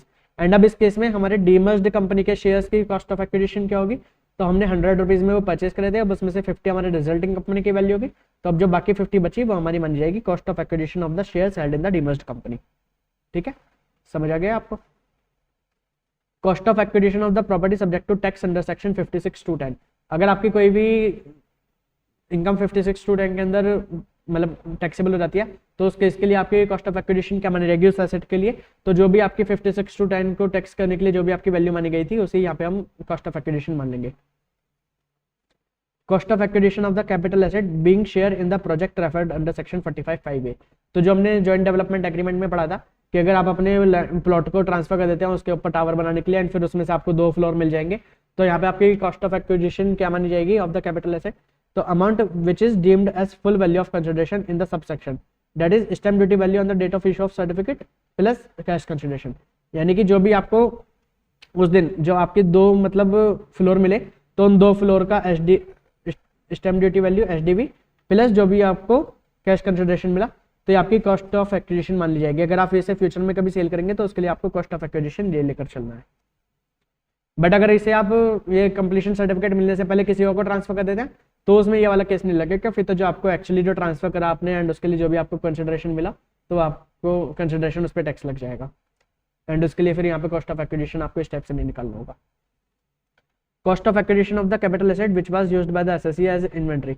अगर कोई एसेट पहले एसएससी इन्वेंट्री की तरह यूज करता था एंड अब उसे वो अपनी कैपिटल एसेट बना देता है, तो जिस दिन उसे कन्वर्ट करा उस दिन की जो भी एफएमवी होगी वो मान ली जाएगी कॉस्ट ऑफ एक्विजिशन। ठीक है, यहाँ तक समझ आया आपको। अब हमें पढ़ना है सेक्शन 55 सबसेक्शन 2 जो हमें बताता है cost of acquisition in respect of certain assets.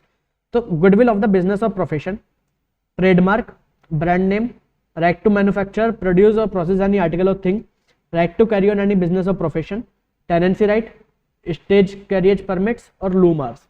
अब इसके केस में हमारी कॉस्ट ऑफ एक्विजिशन क्या होगी, अगर ये हमने किसी प्रीवियस ओनर से एक्चुअली हमने एक्वायर करी है, किसी हमने मतलब इनका एक्विजिशन करा है, तो जो भी हमने एक्विजिशन के लिए कॉस्ट दिया वो हमारी कॉस्ट ऑफ एक्विजिशन बन जाएगी। बट हमें गुडविल पे, बिजनेस और प्रोफेशन की गुडविल पे पहले फाइनेंशियल ईयर 1920 से पहले हमें इस पे डेप्रिसिएशन मिल जाता था। तो इस केस में जो भी आपने कॉस्ट ऑफ एक्विजिशन थी माइनस जो भी आपको डेप्रिसिएशन अलाउ हो गया था, तो वो लेस करने के बाद जो आपकी बैलेंस वैल्यू बचेगी उसे यहाँ पे कॉस्ट ऑफ एक्विजिशन लेंगे for the purpose of capital gain. ठीक है, अगर ये आपको कहीं गिफ्ट वगैरह में मिलती है, मतलब आपको गुडविल या आपको ये टेनेंसी राइट्स आपको गिफ्ट में मिलते हैं लाइक इन द 49 1 2 3 4, अगर इस टाइप से आपको मिलते हैं ये, तो इस केस में क्या माना जाएगा, जो भी कॉस्ट थी प्रीवियस ओनर की तो वो आपकी कॉस्ट मान ली जाएगी। एंड अगर ये प्रीवियस 1920 से पहले जो भी इस पे प्रीवियस ओनर ने डेप्रिसिएशन क्लेम कर लिया हो तो वो लेस करने के बाद जो बचेगा वो आपका कॉस्ट ऑफ एक्विजिशन माना जाएगा for the purpose of capital gain. ठीक है, and in the any other case अगर ये आपने सेल्फ जनरेट करा है, आपने गुडविल सेल्फ जनरेट करी है या आपको टेनेंसी राइट सेल्फ जनरेटेड करे हैं आपके, तो उस केस में क्या होगा, सेल्फ जनरेटेड एसेट्स के केस में तो आपकी कॉस्ट ऑफ एक्विजिशन यहाँ पे निल मानी जाएगी, कोई कॉस्ट ऑफ एक्विजिशन आपकी नहीं मानी जाएगी। फाइनेंशियल एसेट्स, ओरिजिनल शेयर्स, अगर आपने कोई शेयर ओरिजिनली जब आप परचेस करते हैं तो परचेस करने के लिए आपने जो भी कंसिडरेशन पे करा वो आपका कॉस्ट ऑफ एक्विजिशन माना जाएगा, amount actually paid for acquiring the original financial asset. Rights entitlement which is renounced bye the assessee in favour of a person, आपको कोई राइट मिला कि आप अब ये मतलब शेयर्स परचेस कर सकते हैं, तो आपको कोई भी राइट मिला तो जो वो राइट मिला तो उसके लिए आपने कुछ पेमेंट नहीं करी, तो वो राइट की वैल्यू आपके लिए नील मान ली जाएगी। एंड अगर आप उस राइट को अब रिनाउंस कर देते हैं, मान लीजिए आपने वो राइट अपना रिनाउंस कर दिया किसी को 100 रुपए में, तो यहाँ पे आपकी कॉस्ट ऑफ एक्विजिशन 0 मानी जाएगी। तो ये 100 रुपए जो आएगा ये आपका सीधे कैपिटल गेन हेड के अंदर टैक्स हो जाएगा। Right shares acquired by the SSC. अब अगर राइट शेयर एसएससी एक्वायर कर लेता है तो जो भी वो एक्चुअली कंपनी को पे करेगा, मान लीजिए फेयर मार्केट वैल्यू 100 रुपए थी बट वो कंपनी को पे कर रहा है 50 रुपए अंडर राइट, तो अब ये जो 50 रुपए पे करेगा ये आपकी कॉस्ट ऑफ एक्विजिशन मान ली जाएगी for the shares. Bonus shares, अगर आपको कोई शेयर्स मिल जाते हैं बोनस शेयर, तो बोनस शेयर आपको फ्री ऑफ कॉस्ट मिलते हैं, तो इनके लिए आपकी कॉस्ट ऑफ एक्विजिशन नील मानी जाएगी। बट अगर आपको बोनस शेयर मिलते हैं 1 अप्रैल 2001 से पहले, तो हम पढ़ेंगे कि अगर कोई हमारी एसेट होती है 1 अप्रैल 2001 से पहले, तो एसएससी के पास ऑप्शन होता है कि वो उसकी actual cost of acquisition or FMV as on 1 April 2001 whichever is higher, वो उसे अपनी कॉस्ट ऑफ एक्विजिशन ले सकता है। तो अगर कोई बोनस शेयर आपको 1 अप्रैल 2001 से पहले मिले तो एक्चुअल कॉस्ट ऑफ एक्विजिशन तो आपकी 0 है, बट उसकी कोई एफएमवी होगी, मान लीजिए उसकी एफएमवी 100 रुपए है, तो यहाँ पे एसएससी वो 100 रुपए को कॉस्ट ऑफ एक्विजिशन ले सकता है। तो इस केस में बोनस शेयर की कॉस्ट ऑफ एक्विजिशन 100 रुपीज आ जाएगी। बट अगर आपको कोई बोनस शेयर अलॉट हुए before 1 Feb 2018 on which STT has been paid at the time of transfer, तो इस केस में अब हमें आगे हम पढ़ेंगे कि जो हमारा सेक्शन 112A आया था, तो उससे पहले एक सेक्शन चलता था जिसके अंदर एलटीसीजी एसटीटी पेड वाली एसेट्स पे फुल्ली एग्जाम्प्ट होता था, उस पर हमें कोई टैक्स देना ही नहीं पड़ता था। तो बट उसके बाद ये 1 Feb 2018 से सेक्शन लाया गया 112A, एंड इसके अंदर बोला गया कि अब जो भी एलटीसीजी एसटीटी पेड वाली एसेट्स हैं, मतलब एसटीटी पेड वाली एसेट्स के ऊपर जो भी एलटीसीजी होगा, तो उस पर आपको in excess of 1 lakh rupees का जितना भी कैपिटल गेन होगा उस पर आपको 10% के हिसाब से टैक्स देना पड़ेगा। तो अब यहाँ पर अब वो 1 Feb 2018 से वो प्रोविजन एप्लीकेबल हुआ, तो उससे पहले का मान लीजिए जो भी कैपिटल गेन हो चुका था अभी तक, तो अभी तो लोग इस हिसाब से बैठे थे कि वो हमारा एग्जाम्प्ट है। अब यहाँ पर लोगों के बीच में मतलब एकदम से उन्होंने बोला कि भाई ये तो हमारा एग्जाम्प्ट था, अब आपने इसे अचानक से टैक्स कर दिया। तो यहाँ पे ग्रैंड फादरिंग का रूल लाया गया कि जो आपका 31 Jan 2018 तक जितना भी आपका कैपिटल गेन बन गया था वो आपको उस पर कोई टैक्स नहीं देना, बट 1 Feb के बाद अगर कोई भी कैपिटल गेन नया बनेगा तो उसके ऊपर आपको टैक्स देना। तो ये हम इसे बोलते हैं ग्रैंड फादरिंग। 31 Jan 2018 तक जो भी आपका कैपिटल गेन बनता था उसे ग्रैंड फादर करके बिठा दिया गया कि इस डेट तक के गेन पे आपको कोई भी टैक्स नहीं देना, बट इसके बाद अब 1 Feb 2018 से जो भी आपको कैपिटल गेन होगा उस पर आपको 10% के हिसाब से टैक्स देना होगा। तो इसके केस में आपको कॉस्ट ऑफ एक्विजिशन किस टाइप से निकालनी है, तो इसमें आपको लेना है पहले हायर, मतलब आपको पहले इसमें लेना है lower of FMV as on 31 March 18 and actual sale consideration, तो इन दोनों का लोअर लेना है, एंड फिर जो आपका एक्चुअल कॉस्ट ऑफ एक्विजिशन था इन दोनों का हायर लेना है। तो इस हिसाब से आपको कॉस्ट ऑफ एक्विजिशन निकालनी है। अब मैं आपको यहाँ पे एग्जांपल से समझाता हूँ। मान लीजिए आपकी एफएमवी थी एज ऑन 31 March 18 100 रुपीज, आपने वो एक्चुअली अब सेल करा 150 रुपीज का, तो इन दोनों का लोअर कौन हुआ 100 रुपीज, एंड आपकी एक्चुअल कॉस्ट ऑफ एक्विजिशन थी यहाँ पे मान लेते हैं 50 रुपीज, तब इन दोनों का हायर कौन हुआ 100 रुपीज। तो यहाँ पे आपकी कॉस्ट ऑफ एक्विजिशन 100 रुपीज मान ली गई, एंड आपने सेल करी 150 की, तो 150 माइनस 100, तो यानी कि अब आपको जो कैपिटल गेन देना है वो 50 रुपीज पे देना है, एंड वो 50 रुपीज आपका क्या है, वो आपको 1 Feb 2018 के बाद ही आपको मिला था, क्योंकि 1 Feb तक आपकी 31 March तक आपकी यहाँ पे एफएमवी थी 100 रुपीज, तो केवल आपको एक्सेस अमाउंट पे टैक्स पे करना हुआ। दूसरा एग्जाम्पल लेते हैं कि मान लेते हैं आपकी एफएमवी यहाँ पे थी 100 रुपीज, एंड आपने सेल करा ये लेट्स सपोज 90 रुपीज में, एंड आपने ये परचेज करा था 50 रुपीज में। तो अब इस केस में अगर आप देखेंगे तो आपकी 50 पे परचेज थी एंड 90 पे सेल है, तो आपको 40 रुपए पे कैपिटल गेन लग जाना चाहिए, बट नहीं लगेगा, क्योंकि 31 मार्च को आपकी यहाँ पे 100 रुपीज की वैल्यू थी, तो 100 रुपीज तक तो आपको कोई कैपिटल गेन नहीं लगेगा उस पर, क्योंकि हमने ग्रैंड फादरिंग कर दी थी। तो इस केस में 100 और 90, इनका लोअर 90 आता है हमारा, एंड इन दोनों को हायर 90 आता है। तो यहाँ पे हमारी कॉस्ट ऑफ एक्विजिशन मान ली गई 90, एंड यहाँ पे हमारी फुल वैल्यू ऑफ कंसिडरेशन भी थी 90, तो 90 माइनस 90 आपको कोई कैपिटल गेन नहीं लगा। तो समझ आ गया आपको। तो आपको किस टाइप से कॉस्ट ऑफ एक्विजिशन निकालनी है, तो आपको पहले लोअर ऑफ निकालना है, lower of fair market value as on 31 Jan 2018 और एक्चुअल सेल कंसिडरेशन, एंड फिर उन दोनों का लोअर, फिर उसे कंपेयर करना है किससे, हमारा जो एक्चुअल कॉस्ट ऑफ एक्विजिशन था, एंड उन दोनों का हायर, तो वो आपको लेनी है आपकी cost of acquisition. Right shares which are purchased by the person in whose favour the assessee has announced the right entitlement. अब मान लीजिए जिसने एसएससी ने किसी दूसरे पर्सन को राइट रिनाउंस कर दिया था, तो अब जिसे रिनाउंस करा था उसके लिए कॉस्ट ऑफ एक्विजिशन क्या आएगी, तो जब किसी पर्सन ने, मान लीजिए मिस्टर ए ने राइट अनाउंस करा मिस्टर बी को, एंड इसके लिए राइट अनाउंस करने के लिए उन्होंने इससे 100 रुपए लिए, एंड मिस्टर बी ने अब कंपनी को पे करे 500 रुपए टू परचेज अ शेयर, तब यहाँ पे जो इसके लिए कॉस्ट ऑफ एक्विजिशन आएगी वो इन दोनों का टोटल यानी कि 600 रुपए कॉस्ट ऑफ एक्विजिशन आएगी। ठीक है। And long term capital asset referred to in section 112A। 112A के अंदर जो मैंने आपको पहले बताया था कि कौन कौन सी कैपिटल एसेट आती है, कि आपकी इक्विटी शेयर, अगर जिसपे आपने एसटीडी पे करा हो on the time of purchase as well as on the time of sale, and आपके unit of equity oriented fund or unit of business trust आपने उस पर एसटीडी पे करा हो at the time of sale, तो आपकी वो होती है long term capital asset refer to in section 112A। तो उसकी भी आपको कॉस्ट ऑफ एक्विजिशन कैसे निकालनी है, अगर वो आपने एक्वायर करिया ऑन और बिफोर फर्स्ट ऑफ फेब 2018, तो उसके लिए आपको कॉस्ट ऑफ एक्विजिशन के स्टेप से निकालनी है। तो पहले आप लोअर ऑफ निकालेंगे, किसका, एफएमवी एज ऑन 31 मार्च 2018 और 31 जन 2018 और एक्चुअल सेल कंसिडरेशन, तो इनका लोअर लेंगे एंड फिर आप इसे कंपेयर करेंगे with the actual cost of acquisition and उसका हायर लेंगे, तो इस टाइप से आपकी ये कॉस्ट ऑफ एक्विजिशन आ जाएगी। तो ये वही है जो अभी हमने पढ़ा था इन द केस ऑफ बोनस, तो ये भी हम ग्रैंडफादरिंग का ही रूल है यहाँ पर।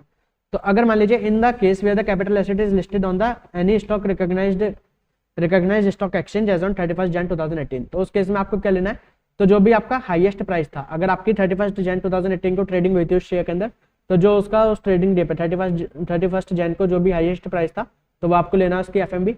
बट अगर उस दिन ट्रेडिंग नहीं हुई थी तो उससे पिछले जब भी ट्रेडिंग हुई थी उस दिन की हाईएस्ट वैल्यू आपको एफएमबी लेनी है। In the case of units which is not listed, अगर आपके कोई यूनिट्स हैं जो लिस्टेड नहीं है, तो उसके लिए आपको 31 जन 2018 की एफएमबी किस टाइप से निकालनी है, तो जो भी 31 जन 2018 की आपकी एनएवी थी, तो वो नेट एसेट वैल्यू आपकी एफएमबी बन जाएगी।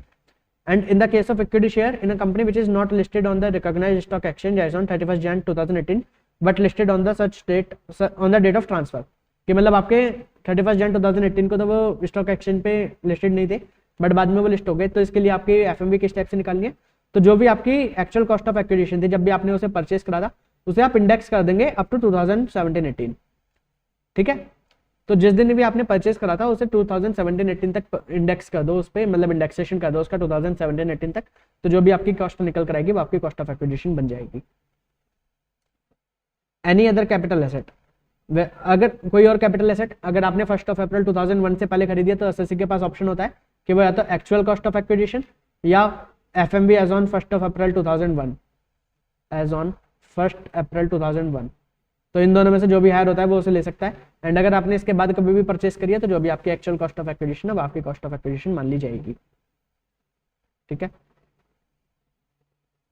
where the capital asset become the property of the assessee on distribution of the capital asset of a company on its liquidation, तो कॉस्ट ऑफ एक्विजिशन क्या मानी जाएगी, तो जिस दिन आपको वो डिस्ट्रीब्यूशन में जो भी आपकी एफएमबी थी, तो वो एफएमबी आपकी कॉस्ट ऑफ एक्विजिशन मान ली जाएगी यहाँ पर। अ शेयर और स्टॉक ऑफ अ कंपनी में become the property of an assessee under the following circumstances, या तो आपका मान लीजिए कंसोलिडेशन हो जाता है या डिवीजन हो जाता है, ऑल और any of the share capital of the company into share of larger amount than its existing share, कि आपका मान लीजिए कंसोलिडेशन हो गया, जो आपकी शेयर कैपिटल थी अब मतलब आपके शेयर्स के नंबर ऑफ शेयर्स बढ़ गए, या आपका कन्वर्जन हो गया शेयर इनटू स्टॉक, या रिकन्वर्जन हो गया स्टॉक इनटू शेयर्स, या आपके शेयर्स का सब डिवीजन हो गया, या conversion of one kind of share into another kind of shares, तो इस केस में आपकी कॉस्ट ऑफ एक्विजिशन किस टाइप से निकाल लेगी, तो cost of acquisition to the assessee will mean the cost of acquisition of the asset calculated with reference to the cost of acquisition of the shares or stock for which such asset is derived, ठीक है जी।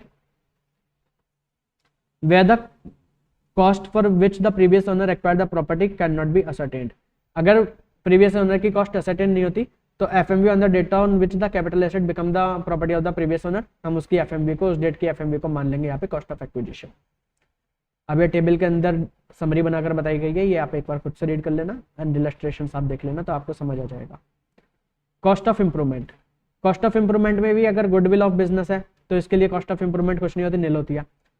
Any other capital asset, अगर 1 April 2001 से पहले आपने कभी cost of improvement किया, तो यहाँ पे एसएससी के पास ऑप्शन होता है कि वो या तो एक्चुअल कॉस्ट ऑफ एक्विजिशन या एफएमबी एज ऑन 1 अप्रैल 2001, इन दोनों में से जो भी हायर होता है उसे ले सकता है।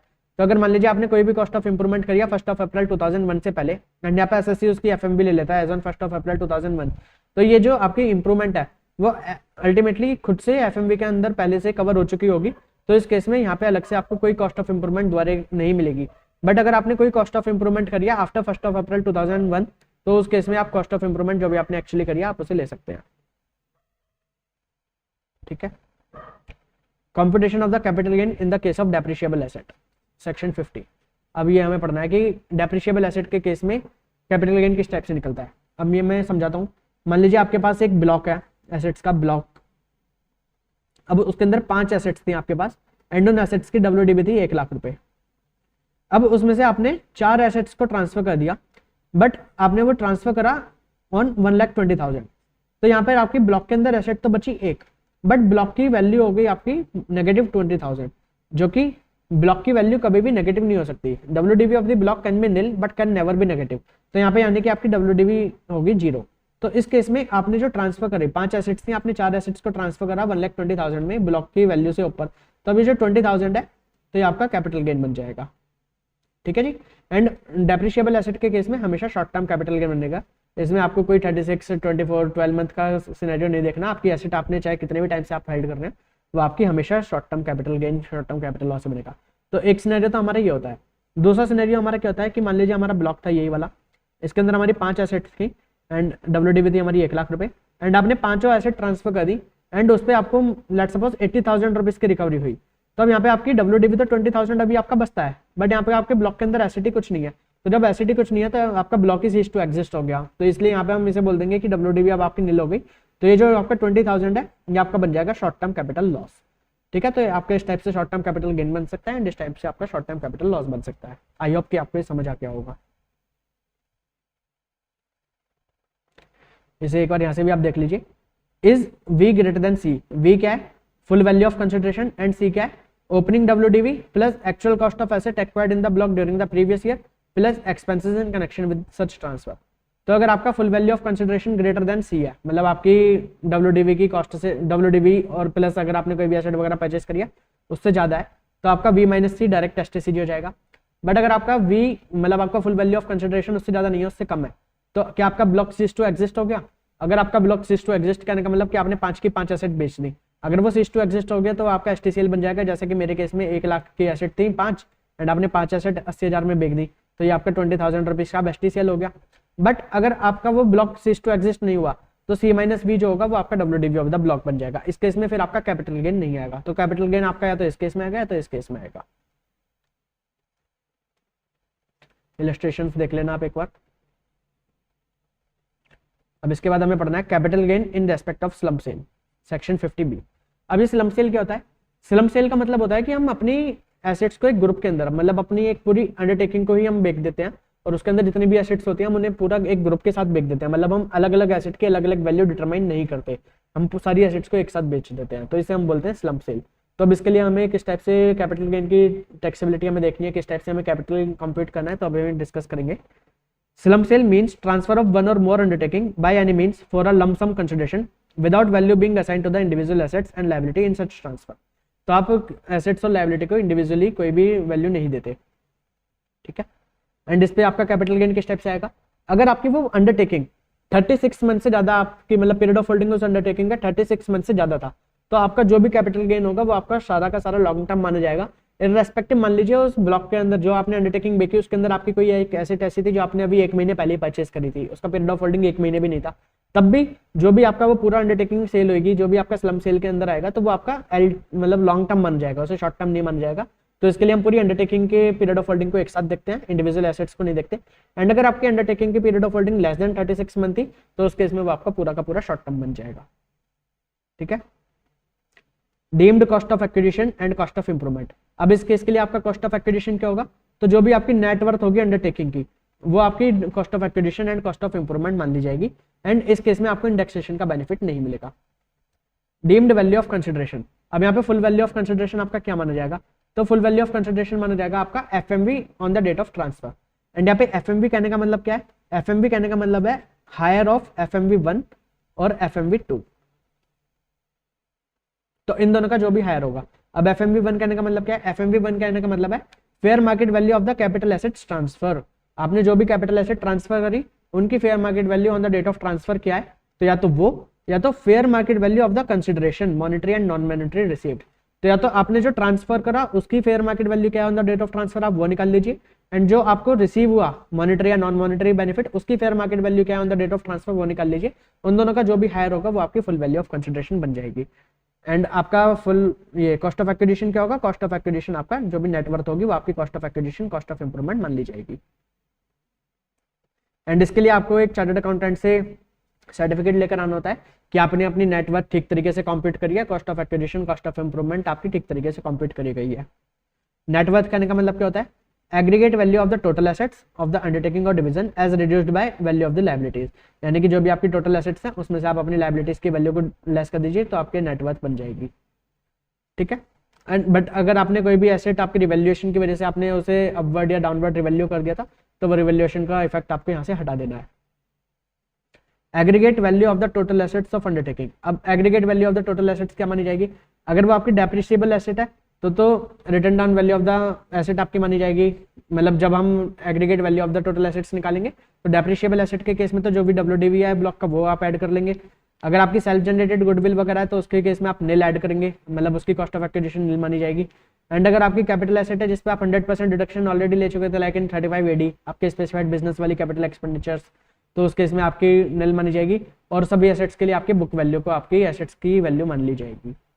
ठीक है, अभी एक बार इसे यहाँ से देख लीजिए। 50B is the undertaking held for more than 36 month. अगर वो 36 मंथ से ज़्यादा के लिए हेल्ड करा गया तो वो आपका LTCG होगा, अदरवाइज वो आपका STCG होगा।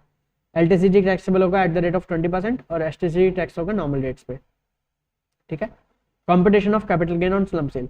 तो जो भी आपका फुल वैल्यू ऑफ कंसिडरेशन होगा FMV1 और FMV2 का higher. FMV1 full value fair market value of the assets transfer on the date of transfer. FMV2 क्या होता है? Fair market value of the receipt monetary or non monetary on the date of transfer. तो उन दोनों का higher जो भी होगा वो आपका full value of consideration minus deemed cost of acquisition cost of improvement. Deemed cost of acquisition cost of improvement करने का मतलब आपकी नेटवर्थ, नेटवर्थ करने का मतलब आपकी aggregate value of the total asset minus value of liabilities. अब aggregate value of total asset किस टाइप से कंप्यूट करनी है? अगर आपकी डेप्रिशिएबल एसेट है तो उसका WDV लेना है आपको। सेल्फ जनरेटेड गुडविल वगैरह है आपको तो उसके लिए वैल्यू नील लेनी है आपको। अगर कोई ऐसी कैपिटल एसेट है जिस पे आप ऑलरेडी 100% का डिडक्शन ले चुके हैं लाइक इन 35 AD तो उस पर आपको नील वैल्यू लेनी है और बाकी सभी एसेट्स के आपको बुक वैल्यू लेनी है। तो इस टाइप से आपके aggregate value of the total assets निकल जाएगी। ये इलस्ट्रेशन आप एक बार देख लेना, आपको समझ आ जाएगा। Now let's move forward. Now we have to discuss section 50C, section 50CA, section 50D, which talks about deemed full value of the consideration for computing capital gain. अब कैपिटल गेन कंप्यूट करने के लिए हमें full value of consideration हमें कुछ बार dimming provision से मानना होता है। तो वो क्या है हमारा? अगर आपकी कैपिटल एसेट है लैंड और बिल्डिंग और बोथ, तो इस केस में सेक्शन 50C आता है एक्शन में। एंड सेक्शन 50C क्या बोलता है कि अगर SDV ऑफ द लैंड और बिल्डिंग और both is greater than 110% of the consideration, then in that circumstances SDV will be deemed to be the full value of consideration.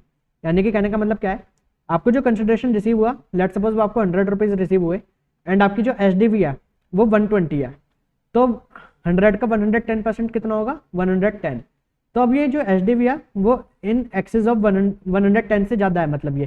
तो अब इस केस में जो SDV है, SDV को हम यहाँ पे फुल वैल्यू ऑफ कंसिडरेशन मान लेंगे। But on the other hand मान लीजिए अगर SDV होती 109, तो अब इस केस में ये 110 से कम है, तो इस केस में जो एक्चुअल कंसिडरेशन था हमारा हम उसे ही फुल वैल्यू ऑफ कंसिडरेशन मानते। अब यहाँ पर हमारा दूसरा सेकंड क्वेश्चन आता है कि हमें जो SDV लेनी है वो किस डेट की लेनी है। मान लीजिए हमारा date of agreement and date of transfer अलग अलग है, तो हमें SDV किस डेट की लेनी है? डेट ऑफ एग्रीमेंट की और डेट ऑफ ट्रांसफर की। तो नॉर्मली तो हमें डेट ऑफ ट्रांसफर की ही स्टैम्प ड्यूटी वैल्यू लेनी होती है। बट अगर मान लीजिए आपने डेट ऑफ एग्रीमेंट पे part or full consideration pay करा हो by account payee cheque, account payee bank draft, electronic clearing system or any other specified mode. Any other specified mode करने का मतलब by debit card, credit card, UPI, भीम, इस type से अगर आपने पेमेंट कर दिया on the date of agreement, तो आपकी डेट ऑफ एग्रीमेंट की जो SDV होगी हम उसे कंसिडर कर लेंगे। फॉर एग्जांपल मान लीजिए आपके एग्रीमेंट की डेट पे SDV थी 109 रुपये एंड आपकी ट्रांसफर की डेट पे SDV हो गई आपकी 120 रुपये।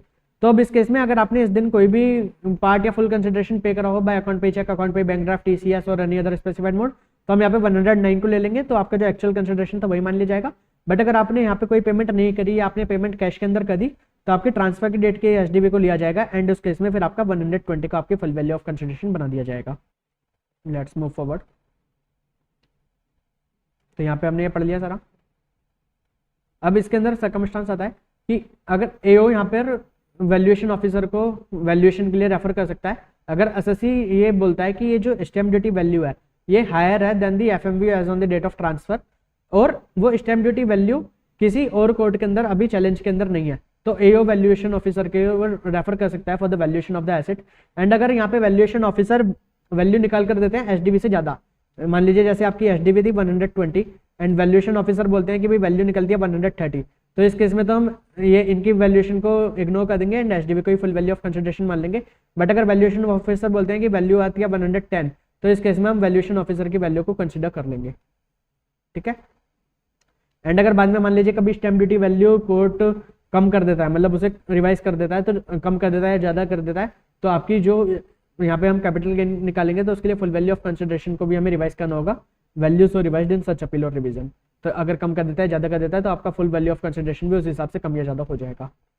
अगर आपके अनकोटेड शेयर है तो उसके लिए हमारा सेक्शन आता है 50 CA। तो सेक्शन 50 CA बताता है इफ कंसिडरेशन रिसीव्ड और accruing as a result of transfer is less than FMV of share determined in the prescribed manner. अब ये जो प्रेस्क्राइब्ड मैनर है ये रूल 11 UA है, ये हमें अभी नहीं पढ़ना है, ये CA फाइनल लेवल पे पढ़ना होता है। तो अभी के लिए आप केवल आपको वो बता कर देगा कि रूल के हिसाब से क्या आपकी वैल्यू निकलती है एंड आपका क्या कंसिडरेशन है। अगर कंसिडरेशन आपका FMV से कम है तो उस केस में जो आपका एक्चुअल FMV है आपको उसे ही फुल वैल्यू ऑफ कंसिडरेशन मान लेना है। In case of any other capital asset 50D हमारा बोलता है कि वेयर द कंसिडरेशन रिसीव्ड और accruing as a result of the transfer of the capital asset by an assessee is not ascertainable. अगर आप उसकी वैल्यू ऑफ कंसिडरेशन असर्टेन ही नहीं कर पा रहे तो उसके केस में आपको FMV on the date of transfer consider कर लेनी है as a full value of consideration. ठीक है, 11 UA हमें फाइनल लेवल पे पढ़ना है, अभी नहीं पढ़ना। अब आता है हमारा अगला section 51 which talks about advance money forfeited. अब मान लीजिए आपने अपनी कोई लैंड, आपने अपनी कोई बिल्डिंग सेल करने के लिए आपने एक एग्रीमेंट करा किसी थर्ड पर्सन के साथ एंड अब ड्यू टू सम सर्कमस्टांसेस मान लीजिए उसका मन नहीं करा या बाद में उसके पास पैसों का जुगाड़ नहीं हो पाया या किसी भी रीजन से वो अपना एग्रीमेंट हमारा मतलब कंक्लूड नहीं हो पाया, अब ट्रांसफर नहीं हुआ एंड आपने उससे कोई एक टोकन मनी ले लिया था। अब आपने अगर वो टोकन मनी को फोरफीट कर लेते हैं, जो आपने एडवांस मनी ले लिया था आपने वो अमाउंट फोरफीट कर लिया, तो यहाँ पे उसकी टैक्सेबिलिटी किस टाइप से आएगी। तो ये फोरफीचर के लिए हमें पढ़ना है tax treatment of the advance money forfeited on failure of negotiation for transfer of the capital asset. तो अगर आपने फॉरफीचर कराया बिफोर 1 अप्रैल 2014, तो यहाँ पे दो अलग अलग सिनेरियो कि अगर आपने फॉरफिट कराया अमाउंट बिफोर 1 अप्रैल 2014 या आपने फॉरफिट कराया अमाउंट ऑन और आफ्टर 1 अप्रैल 2014। तो अगर आपने 1 अप्रैल 2014 से पहले कभी फॉरफिट कर लिया था अमाउंट, तो उस केस में जब आप फ्यूचर में अपनी कैपिटल एसेट को ट्रांसफर करेंगे तो उसकी कॉस्ट ऑफ एक्विजिशन निकालते टाइम पे वो फॉरफिटेड अमाउंट को आपको लेस कर देना है। मान लीजिए आपने 100 रुपए की आपकी कॉस्ट ऑफ एक्विजिशन है एंड आपने 10 रुपए फॉरफिट कर लिए थे, तो अब यहाँ पे आपकी जो कॉस्ट ऑफ एक्विजिशन आएगी वो 90 रुपीज आ जाएगी। तो यानी कि जो आपकी टैक्सेबिलिटी थी वो आपकी पोस्टपोन कर दी गई to the actual date of transfer. But अगर मान लीजिए आपने फॉरफिट कराया ऑन और आफ्टर 1 अप्रैल 2014, तो जिस भी टाइम पे आपने फॉरफिट करा उसी टाइम पे वो आपकी इनकम फ्रॉम अदर सोर्सेज बनके टैक्स हो जाएगी अंडर सेक्शन 56 to 9। ठीक है, तो आपने जो ये 10 रुपए फॉरफिट कर लिए तो वो जिस साल में फॉरफिट करे उसी साल में इनकम फ्रॉम अदर सोर्सेज में अंडर सेक्शन 56 to 10(9) के अंदर आपकी वो टैक्सेबल हो जाएगी। Tax liability is attracted in the year of forfeiture of advance. ठीक है, एंड यहाँ पर आपको याद रखना है कि अगर मान लीजिए आपको ये एसेट मिलती है बाय वे ऑफ गिफ्ट किसी प्रीवियस ओनर से, तो उस केस के अंदर क्या होगा। तो अगर किसी प्रीवियस ओनर से मिलती है एंड प्रीवियस ओनर ने कभी कोई अमाउंट फॉरफिट कर लिया था एंड अब वो आपको मिल गया, तो अब आपको उसके लिए जो प्रीवियस ओनर ने अमाउंट फॉरफिट कर लिया था वो आपके कॉस्ट ऑफ एक्विजिशन से लेस नहीं होगा अगर वो उसने अमाउंट फॉरफिट कर लिया था 1 अप्रैल 2004 से पहले।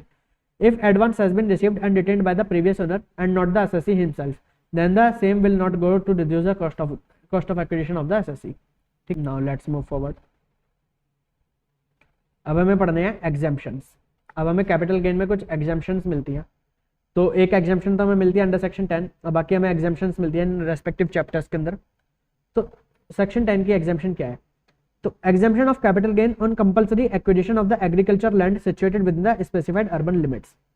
अगर आपकी कोई एग्रीकल्चर लैंड है जो कि with in the urban limits आती है, अर्बन लिमिट्स यानी कि किसी म्यूनिसिपैलिटी की 10,000 से ज़्यादा की पॉपुलेशन है उसके अंदर आपकी लैंड है, या 10,000 से ज़्यादा की पॉपुलेशन है 1 लाख तक एंड उसके 2 किलोमीटर के एरिया के अंदर लैंड है, 1 लाख से 10 लाख तक की पॉपुलेशन है उसके 6 किलोमीटर के एरिया के अंदर लैंड है, या 10 लाख से ज़्यादा की पॉपुलेशन है म्यूनिसिपैलिटी की 8 किलोमीटर एरिया के अंदर हमारी लैंड है। एंड ये जो हमें 8 किलोमीटर 6 किलोमीटर 2 किलोमीटर किस टाइप से मेजर करना होता है, ये हमें मेजर करना होता है एरियली, यानी कि बर्ड जिस टाइप से फ्लाई करती है उस टाइप से हमें मेजर करना होता है कि एरियली वो 2 किलोमीटर 6 किलोमीटर 8 किलोमीटर के अंदर अंदर अगर फॉल करती है एंड अगर वहाँ पे आपकी कोई एग्रीकल्चर लैंड है और उसका कंपल्सरी एक्विजिशन हो जाता है, तो उस केस में केवल कंपल्सरी एक्विजिशन के केस में, अगर आप ट्रांसफर करेंगे तो नहीं, अगर कंपल्सरी एक्विजिशन हो जाता है तो उस पर जो भी आपको कंपनसेशन मिलेगा तो वो आपका टैक्सेबल नहीं होगा under the head capital gain.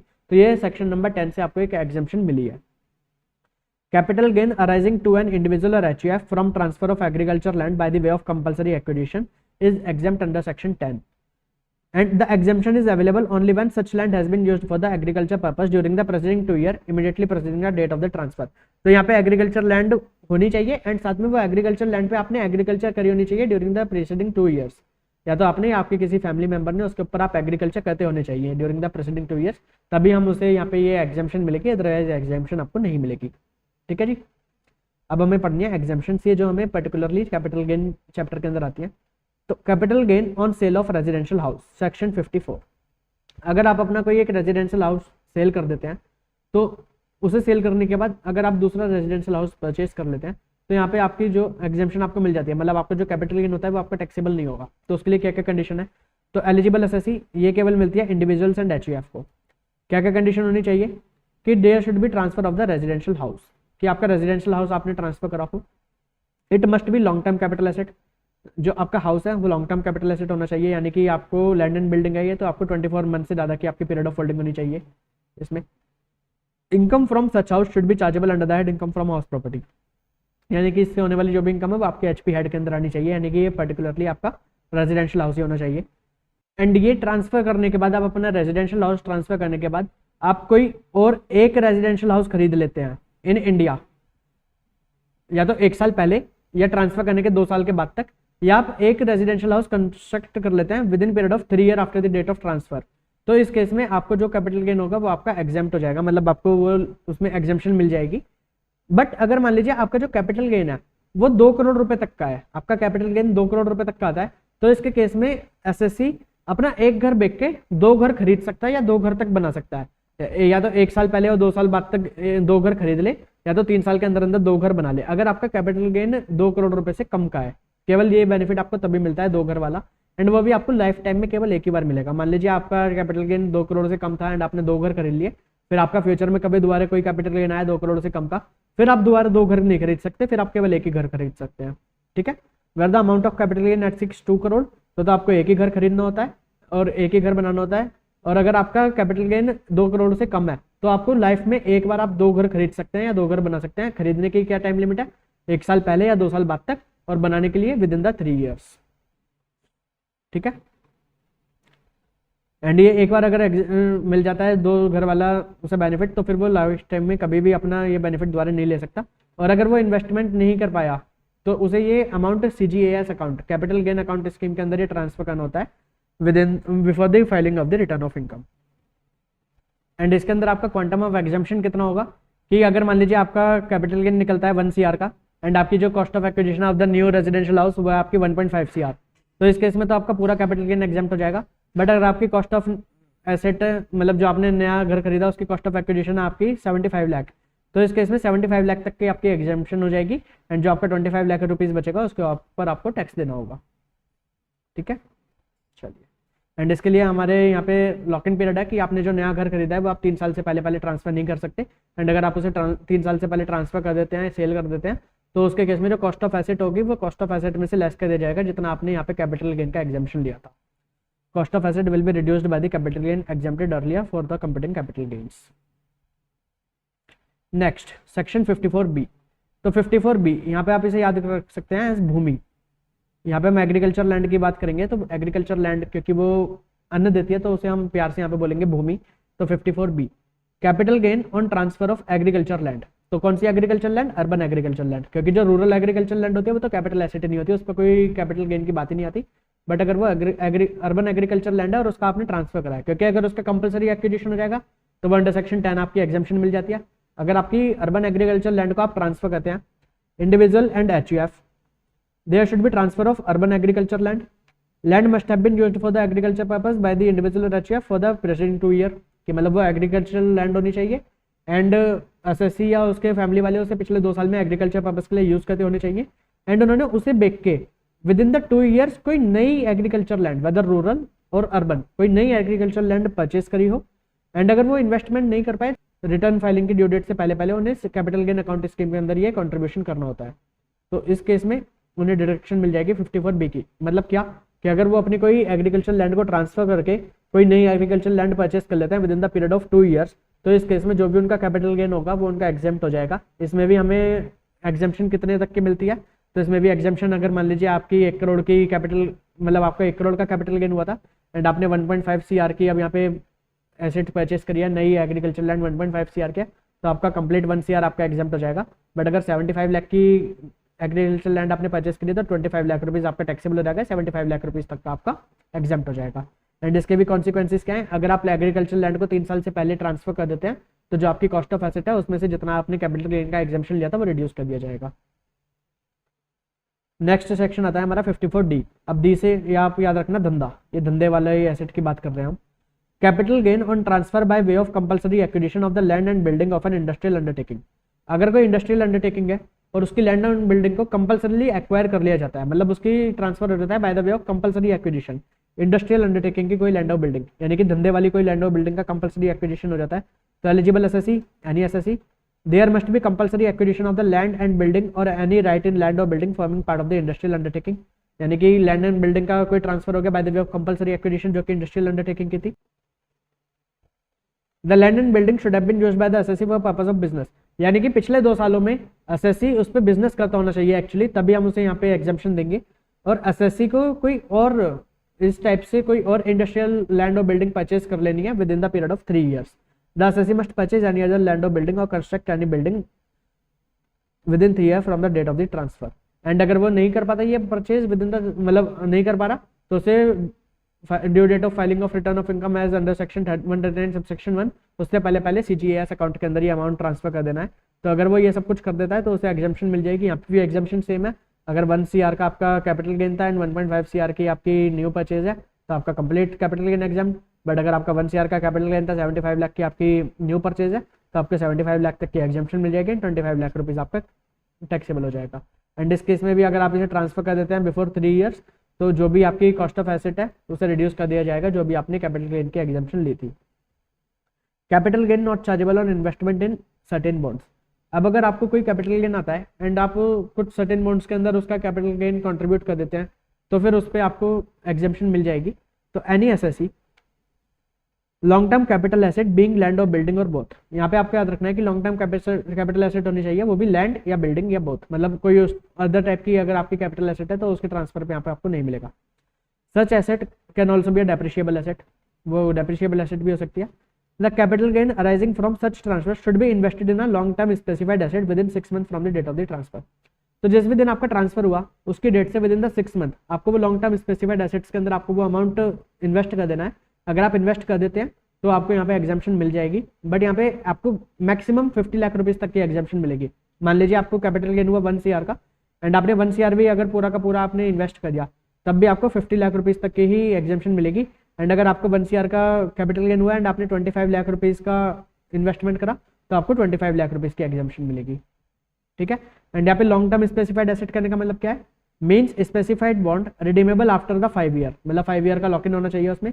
issued on or after 1st of April 2018 by National Highway Authority of the India, RECL Rural Electrification Corporation Limited, या फिर bonds of public finance corporation या bonds of IRFC Indian railway finance corporation.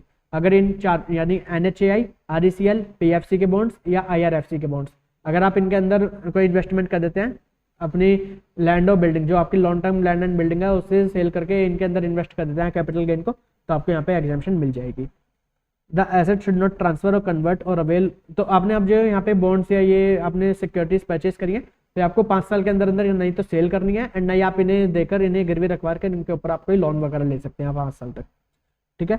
And आपको यहाँ पे quantum कितना है कि जो भी आपका कैपिटल गेन है अगर वो आपने इन्वेस्ट कर दिया तो आपको वो मिल जाएगा और इसमें मैक्सिमम अमाउंट है 50 lakh rupees in the year of transfer और in the subsequent year as well. Violation of condition, अगर आप यहाँ पे कंडीशन का वायलेशन कर देते हैं तो आपका जो कैपिटल गेन पहले एग्जाम्प्ट हो गया था वो आपका LTCG बन जाएगा जिस साल में आप अपनी कंडीशन को वायलेट करेंगे। मान लीजिए आपने 5 साल से पहले अपने बॉन्ड्स को ट्रांसफर कर दिया तो जिस भी साल में आप बॉन्ड्स को ट्रांसफर करेंगे तो जितना भी आपने एग्जाम्पशन लिया था वो आपका यहाँ पे LTCG बन के टैक्स हो जाएगा जिस साल में आपने बॉन्ड्स को ट्रांसफर करा था। ठीक है। हमारा लास्ट सेक्शन आता है एग्जाम्पशन का, सेक्शन 54F। 54F का आप याद रखना, फालतू टू फ्लैट। F का मतलब फालतू टू फ्लैट। आपके पास कोई भी एसेट है other than residential house, residential house को छोड़ के आप कोई भी एसेट को ट्रांसफर करके अगर रेजिडेंशियल हाउस खरीद लेते हैं तो आपको 54F के अंदर डिडक्शन एग्जाम्पशन मिल जाएगी। Eligible assessee, individual and HUF, condition to be fulfilled, there must be a transfer of long term capital asset not being a residential house, मतलब रेजिडेंशियल हाउस नहीं होना चाहिए। रेजिडेंशियल हाउस को transfer कर दे तो वो फिर 54 के अंदर जाता है। Transfer of plot of land is also eligible for exemption, मतलब आप अगर कोई प्लॉट ऑफ लैंड है तो उसे भी ट्रांसफर कर सकते हैं, वो भी एग्जाम्पशन मिल जाएगी। असेसी शुड परचेज, यहाँ पे 1 रेजिडेंशियल हाउस है, केवल असेसी एक घर खरीद सकता है या तो 1 साल पहले और 2 साल के बाद तक, मतलब डेट ऑफ ट्रांसफर से 1 साल पहले अगर उसने एक घर खरीदा, या डेट ऑफ ट्रांसफर के 2 साल के अंदर अंदर एक घर खरीद ले, या डेट ऑफ ट्रांसफर के विद इन द 3 ईयर वो कोई एक घर कंस्ट्रक्ट कर ले, रेजिडेंशियल हाउस कंस्ट्रक्ट कर ले इन इंडिया, तो इस केस में उसे एग्जम्पशन मिल जाएगी। एंड अगर वो ये सब कुछ नहीं कर पा रहा तो due date as specified under section 139(1), उससे पहले CGS अकाउंट के अंदर अगर अमाउंट को डिपॉजिट करा देता है तो भी उसे एग्जम्पशन मिल जाएगी in that particular year. And assessee should not own more than 1 residential house on the date of transfer. अब यहाँ पे आपको याद रखने वाली बात क्या है कि जो आपकी डेट ऑफ ट्रांसफर थी उस डेट पर असेसी के पास एक से ज्यादा घर नहीं होना चाहिए। And assessee should not purchase any other residential house within the period of 2 years और construct any other residential house within the period of 3 years. यानी कि डेट ऑफ ट्रांसफर पे असेसी के पास एक घर से ज्यादा नहीं होना चाहिए। And assessee date of transfer के भी 2 साल के बाद कोई नया घर नहीं खरीदेगा, या डेट ऑफ ट्रांसफर के 3 साल के अंदर अंदर कोई नया घर नहीं बनाएगा। ठीक है। एंड इसमें हमें एग्जम्पशन किस टाइप से मिलती है, इसमें एग्जम्पशन मिलने का तरीका थोड़ा डिफरेंट है। इसमें हमें प्रोपोर्शनेट बेसिस पे एग्जम्पशन मिलती है। तो मान लीजिए आपका कैपिटल गेन हुआ था 1 CR का, एंड आपकी जो टोटल सेल कंसिडरेशन थी वो थी आपकी 5 CR। एंड अब जो यहाँ पे आपने अमाउंट इन्वेस्ट करा नया घर खरीदने में, वो आपने फॉर एग्जाम्पल यहाँ पे करा 2.5 CR। तो आपको किस टाइप से मिलेगा, तो आपको प्रोपोर्शनेट मिलेगा। तो आपको 5 करोड़ पे 1 करोड़ का कैपिटल गेन हुआ था, एंड अब आपने इन्वेस्ट करा है 2.5 CR, तो आपको यहाँ पे जो एग्जम्पशन मिलेगी वो केवल 50 लाख की मिलेगी। ठीक है। बट अगर मान लीजिए आपको 1 CR का कैपिटल गेन हुआ था 5 CR पे, और आप पूरा 5 CR ही इन्वेस्ट कर देते हैं, तो आपको पूरे 5 CR मतलब जो आपका 1 करोड़ का कैपिटल गेन था वो आपको पूरी यहाँ पे एग्जम्पशन मिल जाएगी। एंड अगर आप यहाँ पे ये कॉन्सिक्वेंसेज रहते हैं कि आप 2 साल के अंदर अंदर कोई दूसरा घर खरीद लेते हैं, तो उसके लिए क्या होगा, capital gain exempt earlier under section 54F shall be deemed to be the taxable as long term capital gain in the previous year in which such residential house property is purchased or constructed। तो जिस भी साल के अंदर आप नया घर खरीदेंगे या जिस भी साल के अंदर आप नया घर कंस्ट्रक्ट कर लेंगे, तो उस साल का वो LTC बन के टैक्स हो जाएगा जो भी आपने पहले एग्जाम्पशन ली थी। ठीक है जी। चलिए, तो इसी के साथ हमारी ये एग्जाम्पशन सारी खत्म हो जाती है। CGS अकाउंट ये एक कैपिटल गेन अकाउंट स्कीम होती है कि अगर आप अकाउंट अपना अमाउंट यूज़ नहीं कर पा रहे तो उसे रिटर्न फाइलिंग की ड्यू डेट से पहले पहले उसे CGS अकाउंट के अंदर डिपॉजिट करा दीजिए, तो हम उसे ये मान लेंगे कि ठीक है वो आपने यूज़ करने के लिए रखा है। एंड फिर आप बाद में उसे CGS अकाउंट से विड्रॉ कर सकते हैं फॉर द पर्पज ऑफ ये परचेज ऑफ कैपिटल एसेट, जो भी जैसे जैसे हमने पढ़ा था कि अगर आपको रेजिडेंशियल हाउस खरीदना है तो रेजिडेंशियल हाउस खरीदने के लिए या कंस्ट्रक्शन के पर्पज से, तो जिस भी पर्पज से आपको वो यूटिलाइज करना है, अगर आप उस पर्पज से उसे विड्रॉ करते हैं तो हम उसे यूटिलाइज मान लेंगे बाद में। एंड यहाँ पे CBDT ने क्लैरिफाई करा है कि अगर मान लीजिए असेसी की डेथ हो जाती है, एंड डेथ होने के बाद in the event of death of an individual before the stipulated period the unutilised amount is not chargeable to tax in the hands of legal heirs. तो जो अब अनयूटिलाइज्ड अमाउंट है CGS अकाउंट का, तो वो लीगल ईयर्स के हाथ में टैक्सेबल नहीं होगा। ठीक है। यहाँ पे हमें एक सेक्शन 54H हमें बताता है कि अगर मान लीजिए हमारी कोई एसेट कंपलसरीली एक्वायर हो जाती है, तो वो कंपलसरी एक्वायर होने के बाद जिस साल में वो कंपलसरी एक्वायर हुई ट्रांसफर, तो उस साल में मान ली जाएगी, बट उसका कंपनसेशन हमें बाद में मिलता है। तो अभी हमें कोई कंपनसेशन मिला नहीं, तो हम उसे किस टाइप से यूटिलाइज करें, किस टाइप से हम उसे CGS अकाउंट के अंदर ट्रांसफर कर सकते हैं within the specified time limit. तो इसके लिए 54H बताता है कि इसमें आपको जो टाइम लिमिट है वो हमें रिकॉन करी जाएगी from the date of receipt of compensation, not from the date of the transfer. ठीक है। would be considered from the date of receipt of such compensation and not from the date of the transfer। Section 55A reference to the valuation officer। अब AO valuation officer को एक case refer कर सकता है। AO may refer the valuation of the capital asset to a valuation officer in the following circumstances: in a case where the value of the asset as claimed by the assessee is in accordance with the estimate made by the registered valuer, if the AO is of the opinion that value so claimed is at variance with the fair market value। अगर assessing officer को लगता है कि assessee ने जो fair market value लिया with the estimate of registered valuer वो कुछ वेरिएंस है उसके बीच में fair market value and value as adopted by the assessee, तो उस केस के लिए वो वैल्यूएशन ऑफिसर को केस रेफर कर सकता है। If the AO is of the opinion that the fair market value of the asset exceeds the value of the asset as claimed by the assessee by more than 15% और 25,000। अगर assessing officer को लगता है कि जो value assessee ने consider करी है एंड जो एक्चुअल फेयर मार्केट वैल्यू है उनके बीच का वेरिएंस 15% से ज़्यादा या 25,000 रुपीज़ से ज़्यादा है, तो वो वैल्यूएशन ऑफिसर को रेफर कर सकता है। और अगर असेसिंग ऑफिसर को लगता है कि it's necessary to do so, तो वो वैल्यूएशन ऑफिसर को केस रेफर कर सकता है।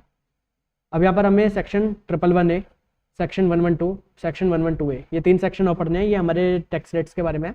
Tax on short term capital gain in respect of equity share units of an equity oriented fund. तो मैं इसे यहाँ पे शॉर्ट में बोलूँगा STT पेड वाले हमारे मतलब एसेट्स। तो यहाँ पे हमारा होता है ये STCG STT paid section 111A। तो ये बताता है कि हमें 15% का टैक्स रेट लगेगा on the short term capital gain on the transfer of equity share in a company, unit of a business trust और unit of a equity oriented fund, अगर ये 3 टाइप की एसेट है। एंड इसमें से जो हमारे यहाँ पे कंडीशन क्या क्या है कि transaction of the sale of such equity share और unit should be entered into on और after 1 October 2004 and such transaction should be chargeable to STT, यानी कि इन पे एसटीटी आपने पे करा होना चाहिए। तो इसलिए हम इसे बोलते हैं एसटीसीजी, एसटीटी पेड। तो कौन कौन सी एसेट्स हैं? Equity share in a company, units of a business trust और unit of a equity oriented mutual fund. ठीक है। एंड अगर मान लीजिए कोई आपका शॉर्ट टर्म कैपिटल एसेट होता है from a transaction undertaken in foreign currency on a recognised stock exchange which is located in the IFSC, तो उस पर आपको 15% का टैक्स रेट देना होगा, इवन इफ आपने एसटीटी पे नहीं करा तब भी। Adjustment of unexhausted basic exemption limit, अगर आपकी कोई बेसिक एग्जाम्पशन लिमिट अनएग्जॉस्ट रह जाती है, मतलब आपने जो बाकी अदर इनकम है उन्हें आपने डिडक्ट कर दिया, उसके बाद भी आपकी basic exemption limit of 2.5 lakh, 3 lakh और 5 लाख ऐसा केस में भी वो आपकी कुछ बच जाती है, तो आप individual and HUF, resident individual and resident HUF के केस में आप इस इनकम को भी बेसिक एग्जाम्पशन लिमिट से लेस कर सकते हैं। बट अगर नॉन रेजिडेंट है या इंडिविजुअल और एचईएफ से अलग कोई और पर्सन है लाइक एओपी वगैरह, तो वो ये बेसिक एग्जाम्पशन लिमिट में से इस इनकम को लेस नहीं कर सकते। No deduction under chapter 6A, तो इस इनकम पे आपको 6A की कोई भी डिडक्शन नहीं मिलेगी। ठीक है। नेक्स्ट सेक्शन 112, ये हमें बताता है लॉन्ग टर्म कैपिटल गेन के बारे में। अब इसमें ये विदाउट एसटीटी पेड, अब इससे पहले हम एक बार 112A पढ़ लेते हैं। अभी हमने 111A पढ़ा था, अब हम पढ़ लेते हैं 112A। ये हमें बताता है एलटीसीजी एसटीटी पेड वाला। तो एसटीटी पेड वाला कहने का मतलब वही हमारी 3 assets, equity share in a company, unit of the business trust और unit of equity oriented fund. अगर इस टाइप की 3 एसेट्स को ट्रांसफर करने पे आपको कैपिटल गेन होता है एलटीसीजी, तो वो 1 लाख से ऊपर जो भी आपका एलटीसीजी होगा, मतलब 1 लाख तक तो आपका एग्जाम्प्ट है, फुल्ली एग्जाम्प्ट, 1 लाख से ऊपर जितना भी होगा उसके ऊपर आपको 10% के रेट से टैक्स देना है केवल। ठीक है। एंड इसके केस में क्या है कि अगर आपके इक्विटी शेयर्स हैं तो इस पर आपने एसटीटी पे कराना चाहिए on the time of purchase as well as on the time of sale, दोनों टाइम पे। एंड अगर आपके यूनिट्स ऑफ बिजनेस ट्रस्ट और unit of equity oriented mutual fund है तो इसमें आपने एसटीटी पे कराना चाहिए on the time of sale. ठीक है जी। एंड इसमें भी वही एग्जाम्पशन है कि अगर आपकी कोई ट्रांजेक्शन है जो कि फॉरेन करेंसी के अंदर हो रही है एंड रिकॉग्नाइज्ड स्टॉक एक्सचेंज में हो रही है विच is located in the IFSC, तो अगर उस पर एसटीटी पे नहीं भी करा तब भी आपको 10% का बेनिफिट मिल जाएगा। And basic exemption limit, in the case of resident individual or HUF आपको बेसिक एग्जाम्पशन लिमिट अगर फुल्ली यूटिलाइज आपकी नहीं हुई तो जो अनएग्जॉस्टेड है आप उसे यूज कर सकते हैं। बट नॉन रेजिडेंट और any person other than individual or HUF वो बेसिक एग्जाम्पशन लिमिट में से इस टाइप की इनकम को लेस नहीं कर सकते। एंड आपको कोई भी डिडक्शन अंडर चैप्टर 6 से नहीं मिलेगी। एंड आपको इसमें benefit of rebate under section 87 है, आप वो भी नहीं ले सकते हैं। ठीक है। एंड 112A के इनकम के लिए कॉस्ट ऑफ एक्विजिशन के स्टेप से निकलना है वो मैंने आपको वहाँ पे सिखाया था। हायर ऑफ मतलब पहले आप लोअर ऑफ लेंगे आपकी जो भी एफएमवी है एज ऑन 31 Jan 2018 एंड और एक्चुअल वैल्यू ऑफ सेल, मतलब जो भी आपने एक्चुअली सेल कंसिडरेशन आपको मिला उसका लोअर, एंड फिर उसे कंपेयर करेंगे आप एक्चुअल कॉस्ट ऑफ एक्विजिशन, तो इन दोनों का हायर, तो ये आपकी कॉस्ट ऑफ एक्विजिशन आएगी। ठीक है। अब हमें पढ़ना है 112 को हम यहाँ से पढ़ते हैं चार्ट से। तो आपका कोई भी resident person other than company, resident individual या एचयूएफ, तो इसके केस में आपको टैक्स रेट लगेगा 20% का। आपका कोई भी एलटीसीजी है किसी भी एसेट पे, एसटीटी पेड वाली एसेट्स को छोड़ के किसी भी एसेट के ऊपर आपका एलटीसीजी है तो आपको 20% का टैक्स रेट लगेगा। और आप बेसिक एग्जाम्पशन लिमिट अगर आपकी अनएग्जॉस्टेड रह गई है तो आप उसे यूटिलाइज कर सकते हैं। अगर आप रेजिडेंट इंडिविजुअल एचयूएफ के अलावा मतलब एओपी हैं, बीओआई हैं, तो आपको 20% का टैक्स रेट लगेगा, बट आप अनएग्जॉस्टेड बेसिक एग्जाम्पशन लिमिट को यूटिलाइज नहीं कर सकते। अगर आप फर्म और एलएलपी हैं तो आपको 20% का टैक्स रेट लगेगा, डोमेस्टिक कंपनी तो 20% का टैक्स रेट लगेगा। अगर आप non corporate non resident foreign company है तो उस केस में अगर आपकी कैपिटल एसेट है अदर देन अनलिस्टेड सिक्योरिटीज और shares of closely held company, तो आपको 20% के रेट से कैपिटल गेन मतलब आपको 20% का टैक्स देना होगा। बट अगर आपके अनलिस्टेड शेयर और shares of publicly closely held companies हैं तो इस केस में आपके 10% का टैक्स देना होगा, अनलिस्टेड सिक्योरिटीज और shares of the closely held companies. तो लेकिन इसमें आपको इंडेक्सेशन का बेनिफिट और फॉरेन करेंसी ट्रांसलेशन का बेनिफिट नहीं मिलेगा। And in the case of transfer of listed securities other than units and zero coupon bonds LTCG would be taxable at the lower of the following rates. तो अगर आप कोई transfer करते हैं listed securities का other than units या zero coupon bonds का transfer करते हैं तो आपका एलटीसीजी किस रेट पे टैक्स होगा 10%। तो उसमें आपका ऑप्शन है कि या तो आप 10% विदाउट इंडेक्सेशन का बेनिफिट आप टैक्स दे सकते हैं या तो आप 20% विद इंडेक्सेशन का बेनिफिट टैक्स दे सकते हैं, जो भी आपको बेनिफिशियल हो, यानी कि विच एवर इज लेस आप उस रेट पे आप टैक्स दे सकते हैं। तो इसी के साथ यहाँ पे हमारा कैपिटल गेन का चैप्टर भी फिनिश हो जाता है। अब इसके बाद आपको सभी क्वेश्चन इसके इलस्ट्रेशंस सॉल्व करके देखने हैं। यहाँ पे कुछ CBDT के FAQs इन्होंने दे रखे हैं, तो ये FAQs आपको एज सच पढ़ने की कोई रिक्वायरमेंट नहीं है, क्योंकि हमने सब कुछ अपना ड्यूरिंग द डिस्कशन सब कुछ ही हमने कवर कर लिया, तो कोई भी अलग से FAQ कोई ऐसा एज सच है नहीं, तो आप इसे ना भी पढ़ेंगे तो अभी कोई इशू नहीं है। तो अभी हमने सब कुछ पढ़ लिया है। अब इसके बाद आपको सभी क्वेश्चन इलस्ट्रेशन एक बार खुद से सॉल्व करके देखने हैं। कोई भी डाउट आता है तो आपको पूछना है एंड अच्छी तरीके से आपको मेहनत करनी है। मेहनत के अलावा इस टाइम आपको करने के लिए और कुछ काम होना ही नहीं चाहिए। केवल आप सोकर उठो, नहाओ, खाना खाओ, आप ब्रेकफास्ट वगैरह करो, पढ़ने बैठ जाओ एंड उसके बाद थोड़ा एंजॉय करो, आधे पौने घंटे बीच में ब्रेक लेकर अपने फ्रेंड से बात वगैरह करो एंड उसके बाद पढ़ने बैठ जाओ। मतलब पढ़ाई के अलावा और कुछ अभी आपको नहीं करना है इस टाइम पे। कोई आपको मस्ती नहीं करनी, कोई आपको मोबाइल नहीं चलाना, इंस्टाग्राम नहीं चलाना, व्हाट्सअप नहीं चलाना। केवल अपने पढ़ाई से रिलेटेड ही आपको इस टाइम पे सारे कामों पे फोकस करना है एंड केवल अच्छे तरीके से स्टे मोटिवेटेड, अपनी पढ़ाई पे पूरा ध्यान लगाते रहिए। You will definitely rock in the exam. Video को देखिए, इसे बार बार देखते रहिए, कंसेप्ट को रिवाइज करते रहिए, अपने दोस्तों के साथ इसे शेयर करिए, वीडियो को लाइक करिए, चैनल को सब्सक्राइब करिए एंड बेल आइकन को हिट कर दीजिए। Thank you, signing off, bye.